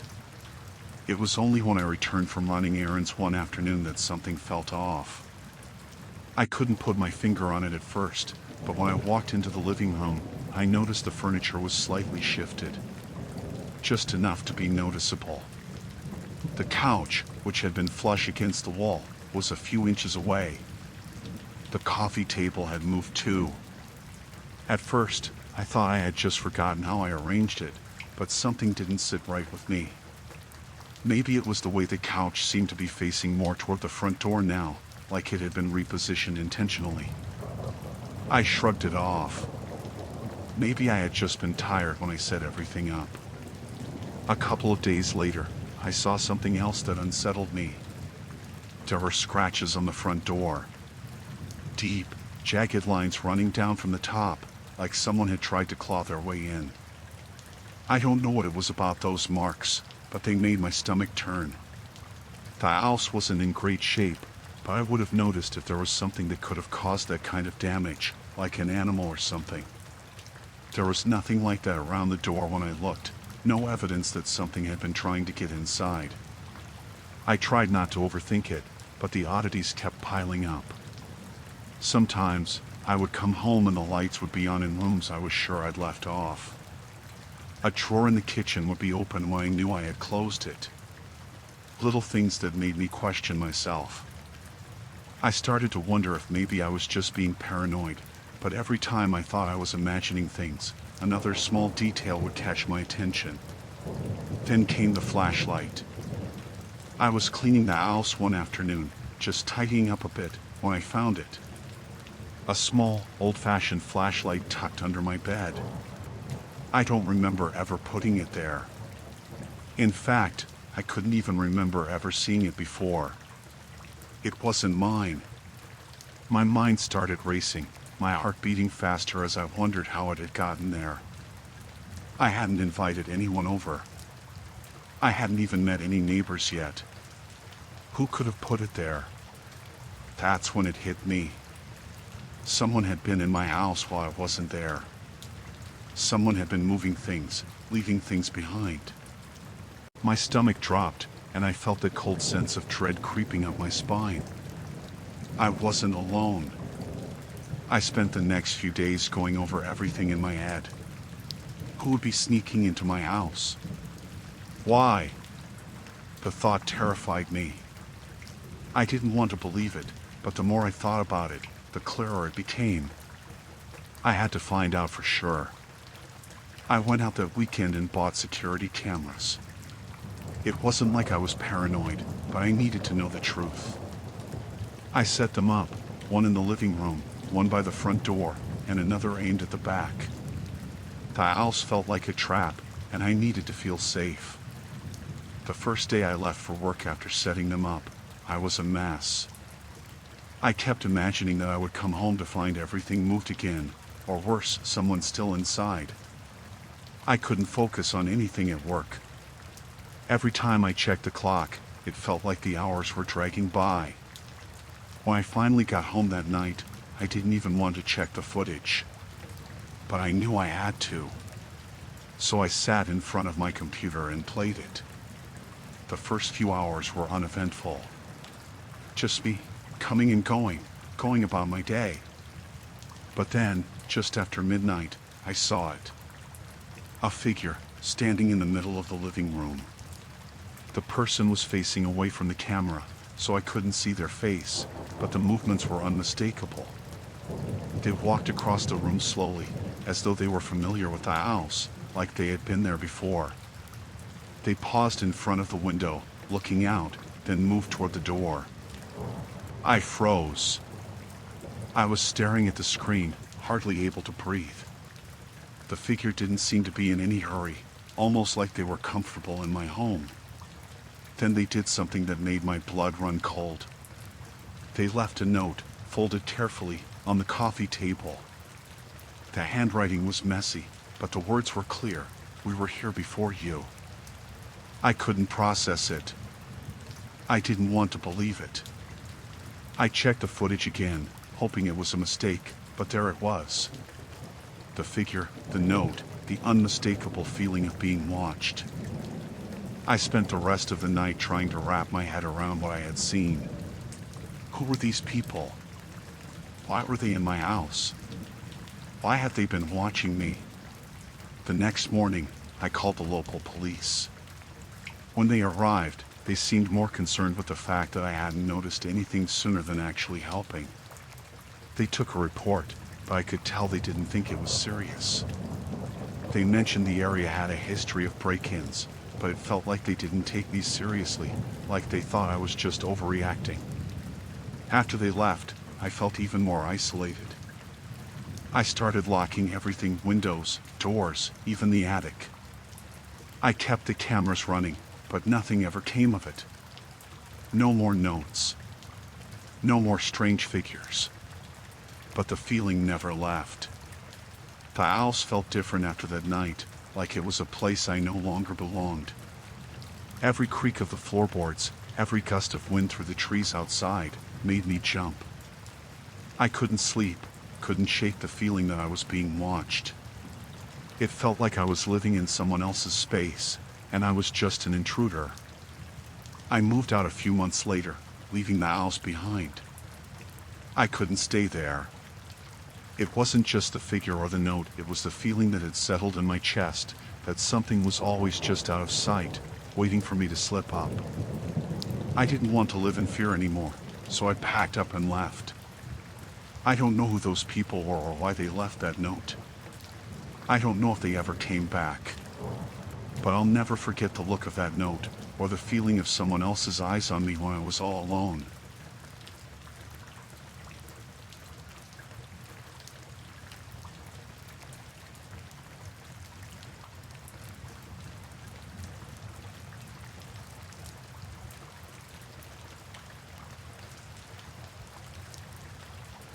My girlfriend and I had been looking for a house for months. After years of renting apartments, we were finally able to buy a place of our own. It wasn't anything fancy, but it was perfect for us. A modest 2-story home in a quiet neighborhood. The price was right, and it had a nice yard. The kind of place that seemed like it was made for starting a life. We were excited. We were starting fresh. The first few days were great. We spent the time unpacking, arranging furniture, and cleaning up the place. There was something about the house that just felt home. The walls had a little age to them, sure, but everything worked fine, and the neighbors were quiet. At first, it felt like we were going to settle in nicely. But it didn't take long for things to start getting weird. It started with the letters. They were unmarked, no return address, just an envelope stuffed under the door. The first one was simple: leave while you still can. Nothing else. We thought it was a prank. Maybe some neighbor messing with the new people. We laughed it off. But the next day, there was another one. Same thing. Leave now. It's not safe here. This one had a little more urgency to it, but we shrugged it off again. No one ever said moving into a new neighborhood would be totally smooth, right? Things got worse after that. A few days later, we came outside to find that someone had slashed the tires on our car. It wasn't just one, it was all four. The way they were sliced, it looked deliberate. I was pissed. I called the police, but they were pretty much useless. No cameras around, no witnesses. The officer just said that things like this sometimes happen in the neighborhoods and that we should be more careful about who we talk to. I didn't buy it, but what could we do? Then, the windows started breaking. It was always the same, one window at a time, but with no signs of forced entry. The glass would just be shattered. I remember the first time it happened. We were sitting in the living room, watching TV, when we heard it. A loud crash from the kitchen. We both jumped up and ran to check, and sure enough, the kitchen window was broken. No one was around, no sign of anyone entering. Just a broken window. We cleaned it up, put up a board over the hole, and waited for the next one to happen. I started to get nervous. It was hard to ignore that things were getting more serious. After the third window, I started locking up everything, double-checking the doors at night. But no matter how careful I was, something still felt off. Then came the voices. It started one night, when we were trying to sleep. At first, it was faint, just a whispering, like it was coming from somewhere in the house. I thought I was just imagining things. Maybe the wind, maybe a weird noise from the house settling. But as the nights went on, the whispers got louder. It wasn't just one voice either. It was more like a murmur, several voices talking over each other, but I couldn't make out what they were saying. One night, I woke up in the middle of it. I swear I heard someone in the hallway outside our bedroom door. I got up to check, but when I opened the door, there was nothing there. The voices stopped as soon as I got up. I thought it was just sleep deprivation, but I couldn't shake the feeling that something wasn't right. My girlfriend heard them too, and she wasn't exactly thrilled about the idea of staying there anymore. One evening, while I was up in the attic, I found something that made my blood run cold. We had been storing some boxes up there, things we didn't need to get to right away. I was sorting through them, trying to make some space, when I noticed something odd in the back corner. There was a section of the wall that didn't look right. It was covered with dust, but it had a different texture to it, like it had been patched up recently. I pushed at it, and the wall moved. It was a hidden room. I was nervous, but I had to know what was in there. The room was small, with just enough space for a chair and a small table. It felt like someone had been using it, though. The air was musty and stale, like it hadn't been opened in a long time. On the table, there were photographs. I can't even describe how it felt when I saw them. They were pictures of our house, but not like the ones we had taken. These were pictures of our house from angles that I didn't recognize, taken from the woods out back or the neighbor's yard. And the worst part? They were recent. Some of them were from the last few weeks. But what made my skin crawl the most were the pictures of us. There were at least a dozen photos of my girlfriend and me taken from inside the house, but from angles where we hadn't seen anyone standing. Some of them were clear, and others were blurry, but I could see enough to know that they were taken when we were home. There were shots of us in the kitchen, sitting on the couch, even one of me walking into the bathroom. They were taken when we thought we were alone, but clearly we weren't. I stared at those photos for what felt like hours, my mind racing. I had to know who had been watching us, who had been in our house. I looked through the rest of the room, hoping to find something else, but there was nothing. Just those photos. I quickly stuffed them in my jacket and bolted downstairs, shaking with anger and fear. I didn't know what to do. I didn't feel safe anymore, and I knew my girlfriend was feeling the same way. We both wanted to leave, but where could we go? The police were useless. They barely took us seriously when we reported the slashed tires and broken windows, so I didn't even bother showing them the photos. I felt like I was losing my mind, like someone was toying with us. That night, I stayed up late, watching the owls through the living room window. I didn't hear anything. No whispers. No voices. The house was silent, but I couldn't sleep. I kept waiting for something to happen. I was sure someone was out there. The next morning, we packed up as quickly as we could. We didn't care about the house anymore. We just wanted out. I called a moving company that afternoon, and by the end of the week, we were gone. We left the house, the neighborhood, everything behind. We didn't go back. We don't talk about it much either. But every once in a while, I think about those photographs. I think about the people who are watching us, and I wonder if they're still out there, waiting for the next people to move in. I don't know what they wanted, but I'm just glad we got out before it was too late.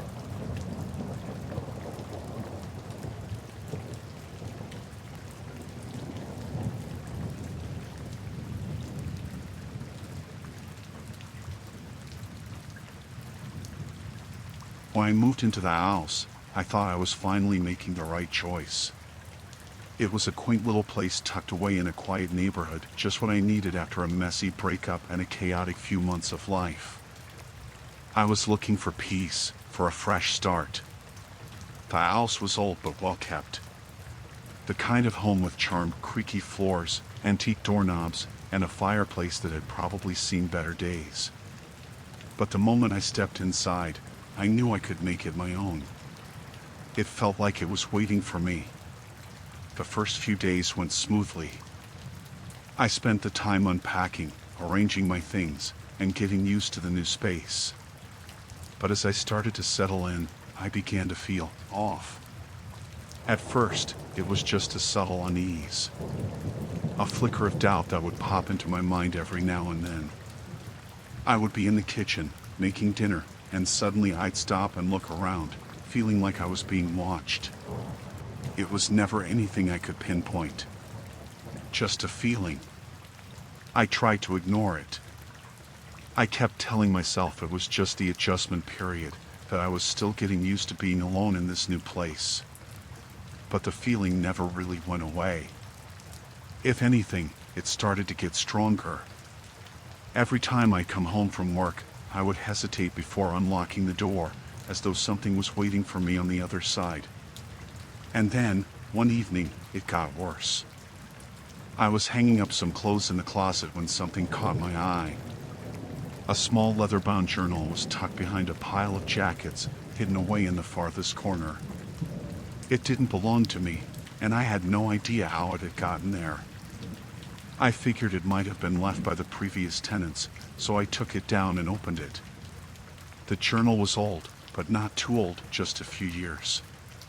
The pages were yellowed, but the writing inside was still legible.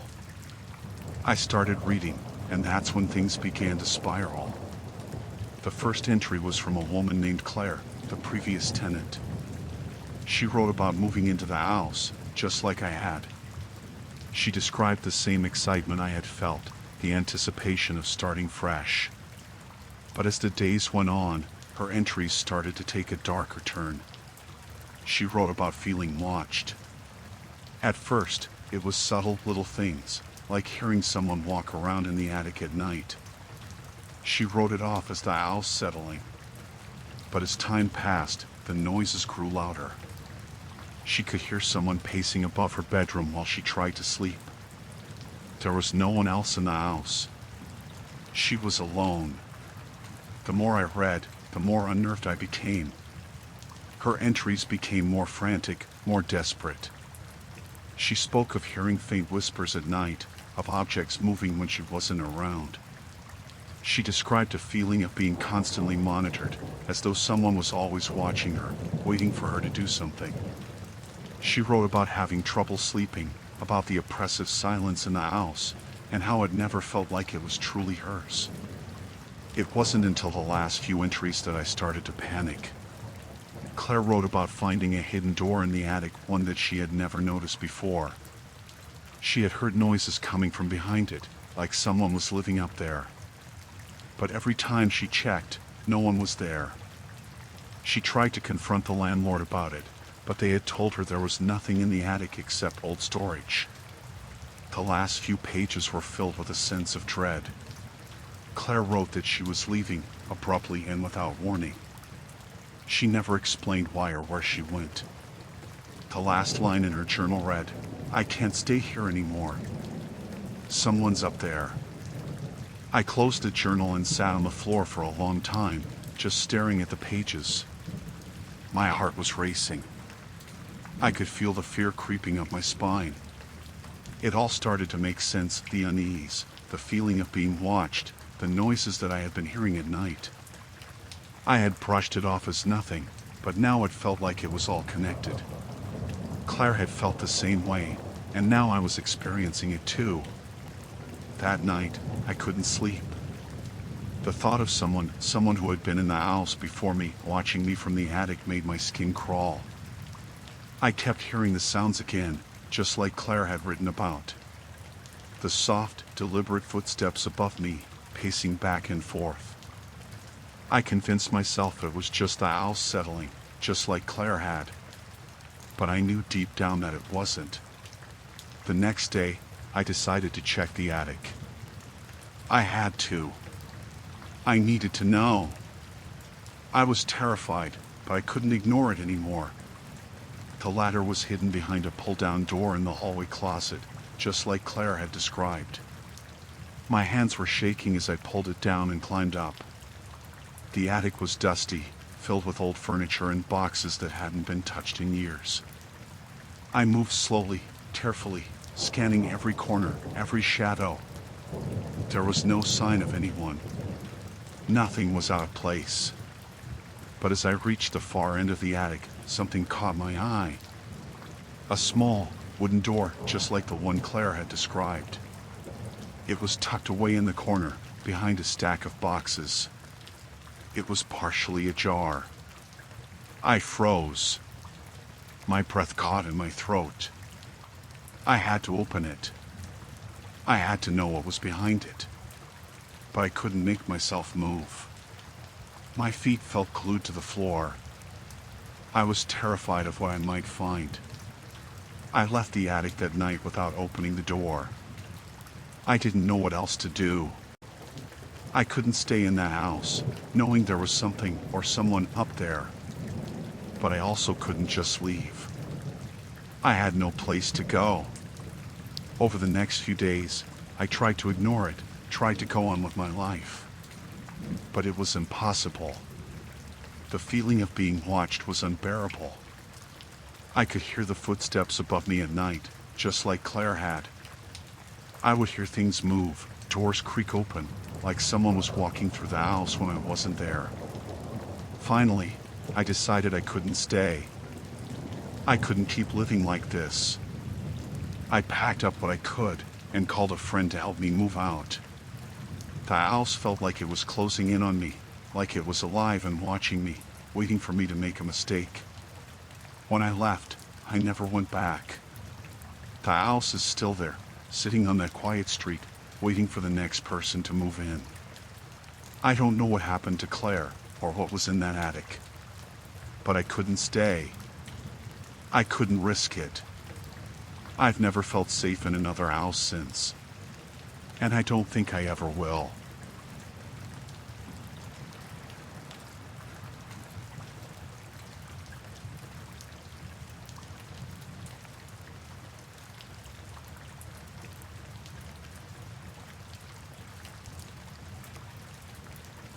It's strange how excited you can be to start over, how certain you are that a new chapter in life will bring you peace and happiness.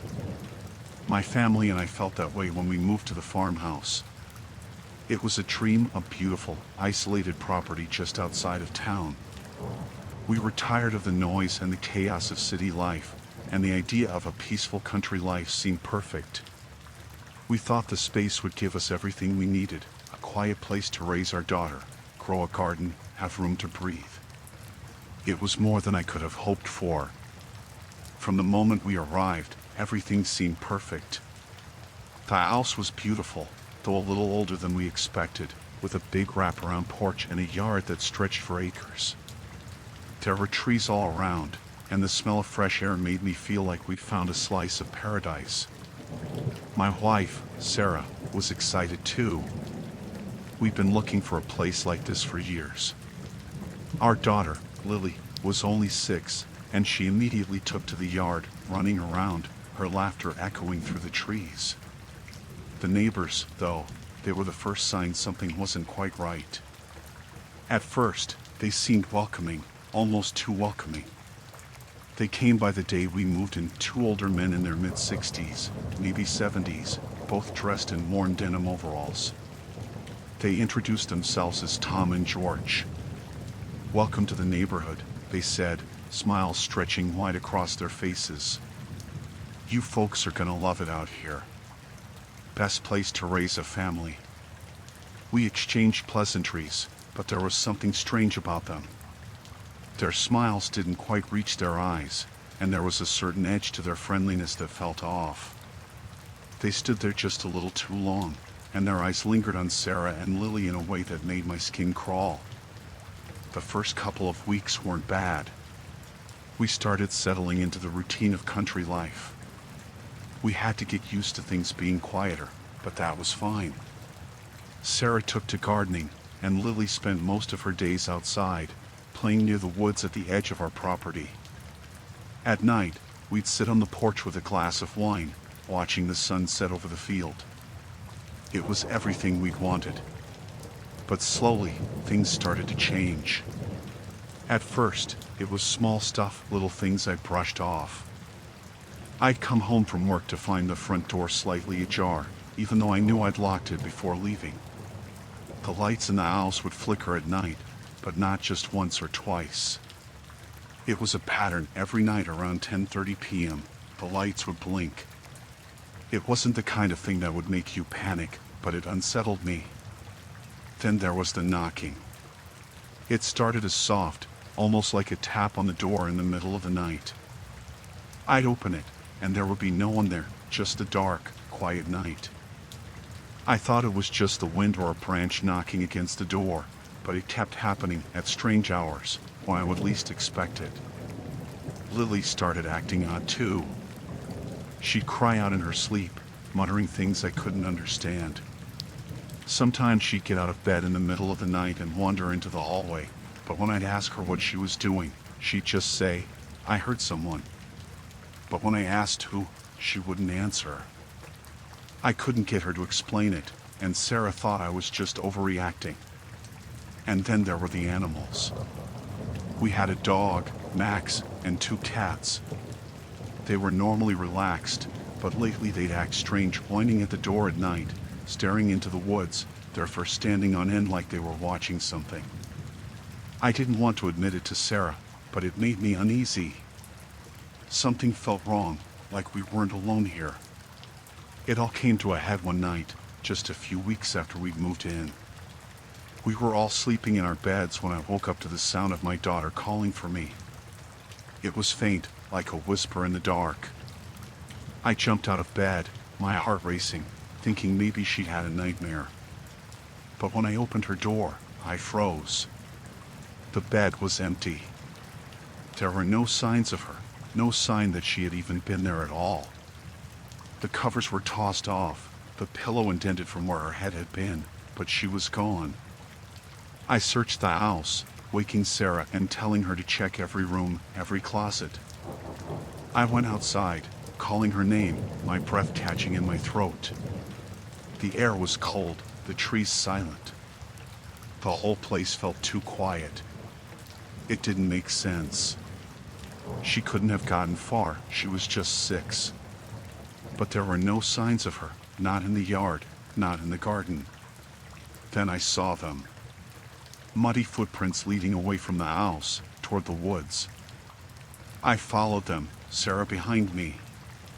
The prints were small, too small to be anyone else's. They led us deeper into the trees, farther than Lily would normally go, even if she was playing.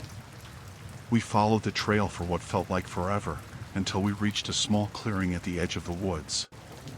There, Hidden behind some overgrown bushes was an old shack. It wasn't on the property. It looked like it had been abandoned for years. I felt a chill crawl up my spine as I approached it. The door was slightly ajar, and I could hear something inside, like the faint shuffle of feet, like someone was waiting for us. Inside the shack, it was dark, damp. The air smelled musty, like it hadn't been disturbed in years.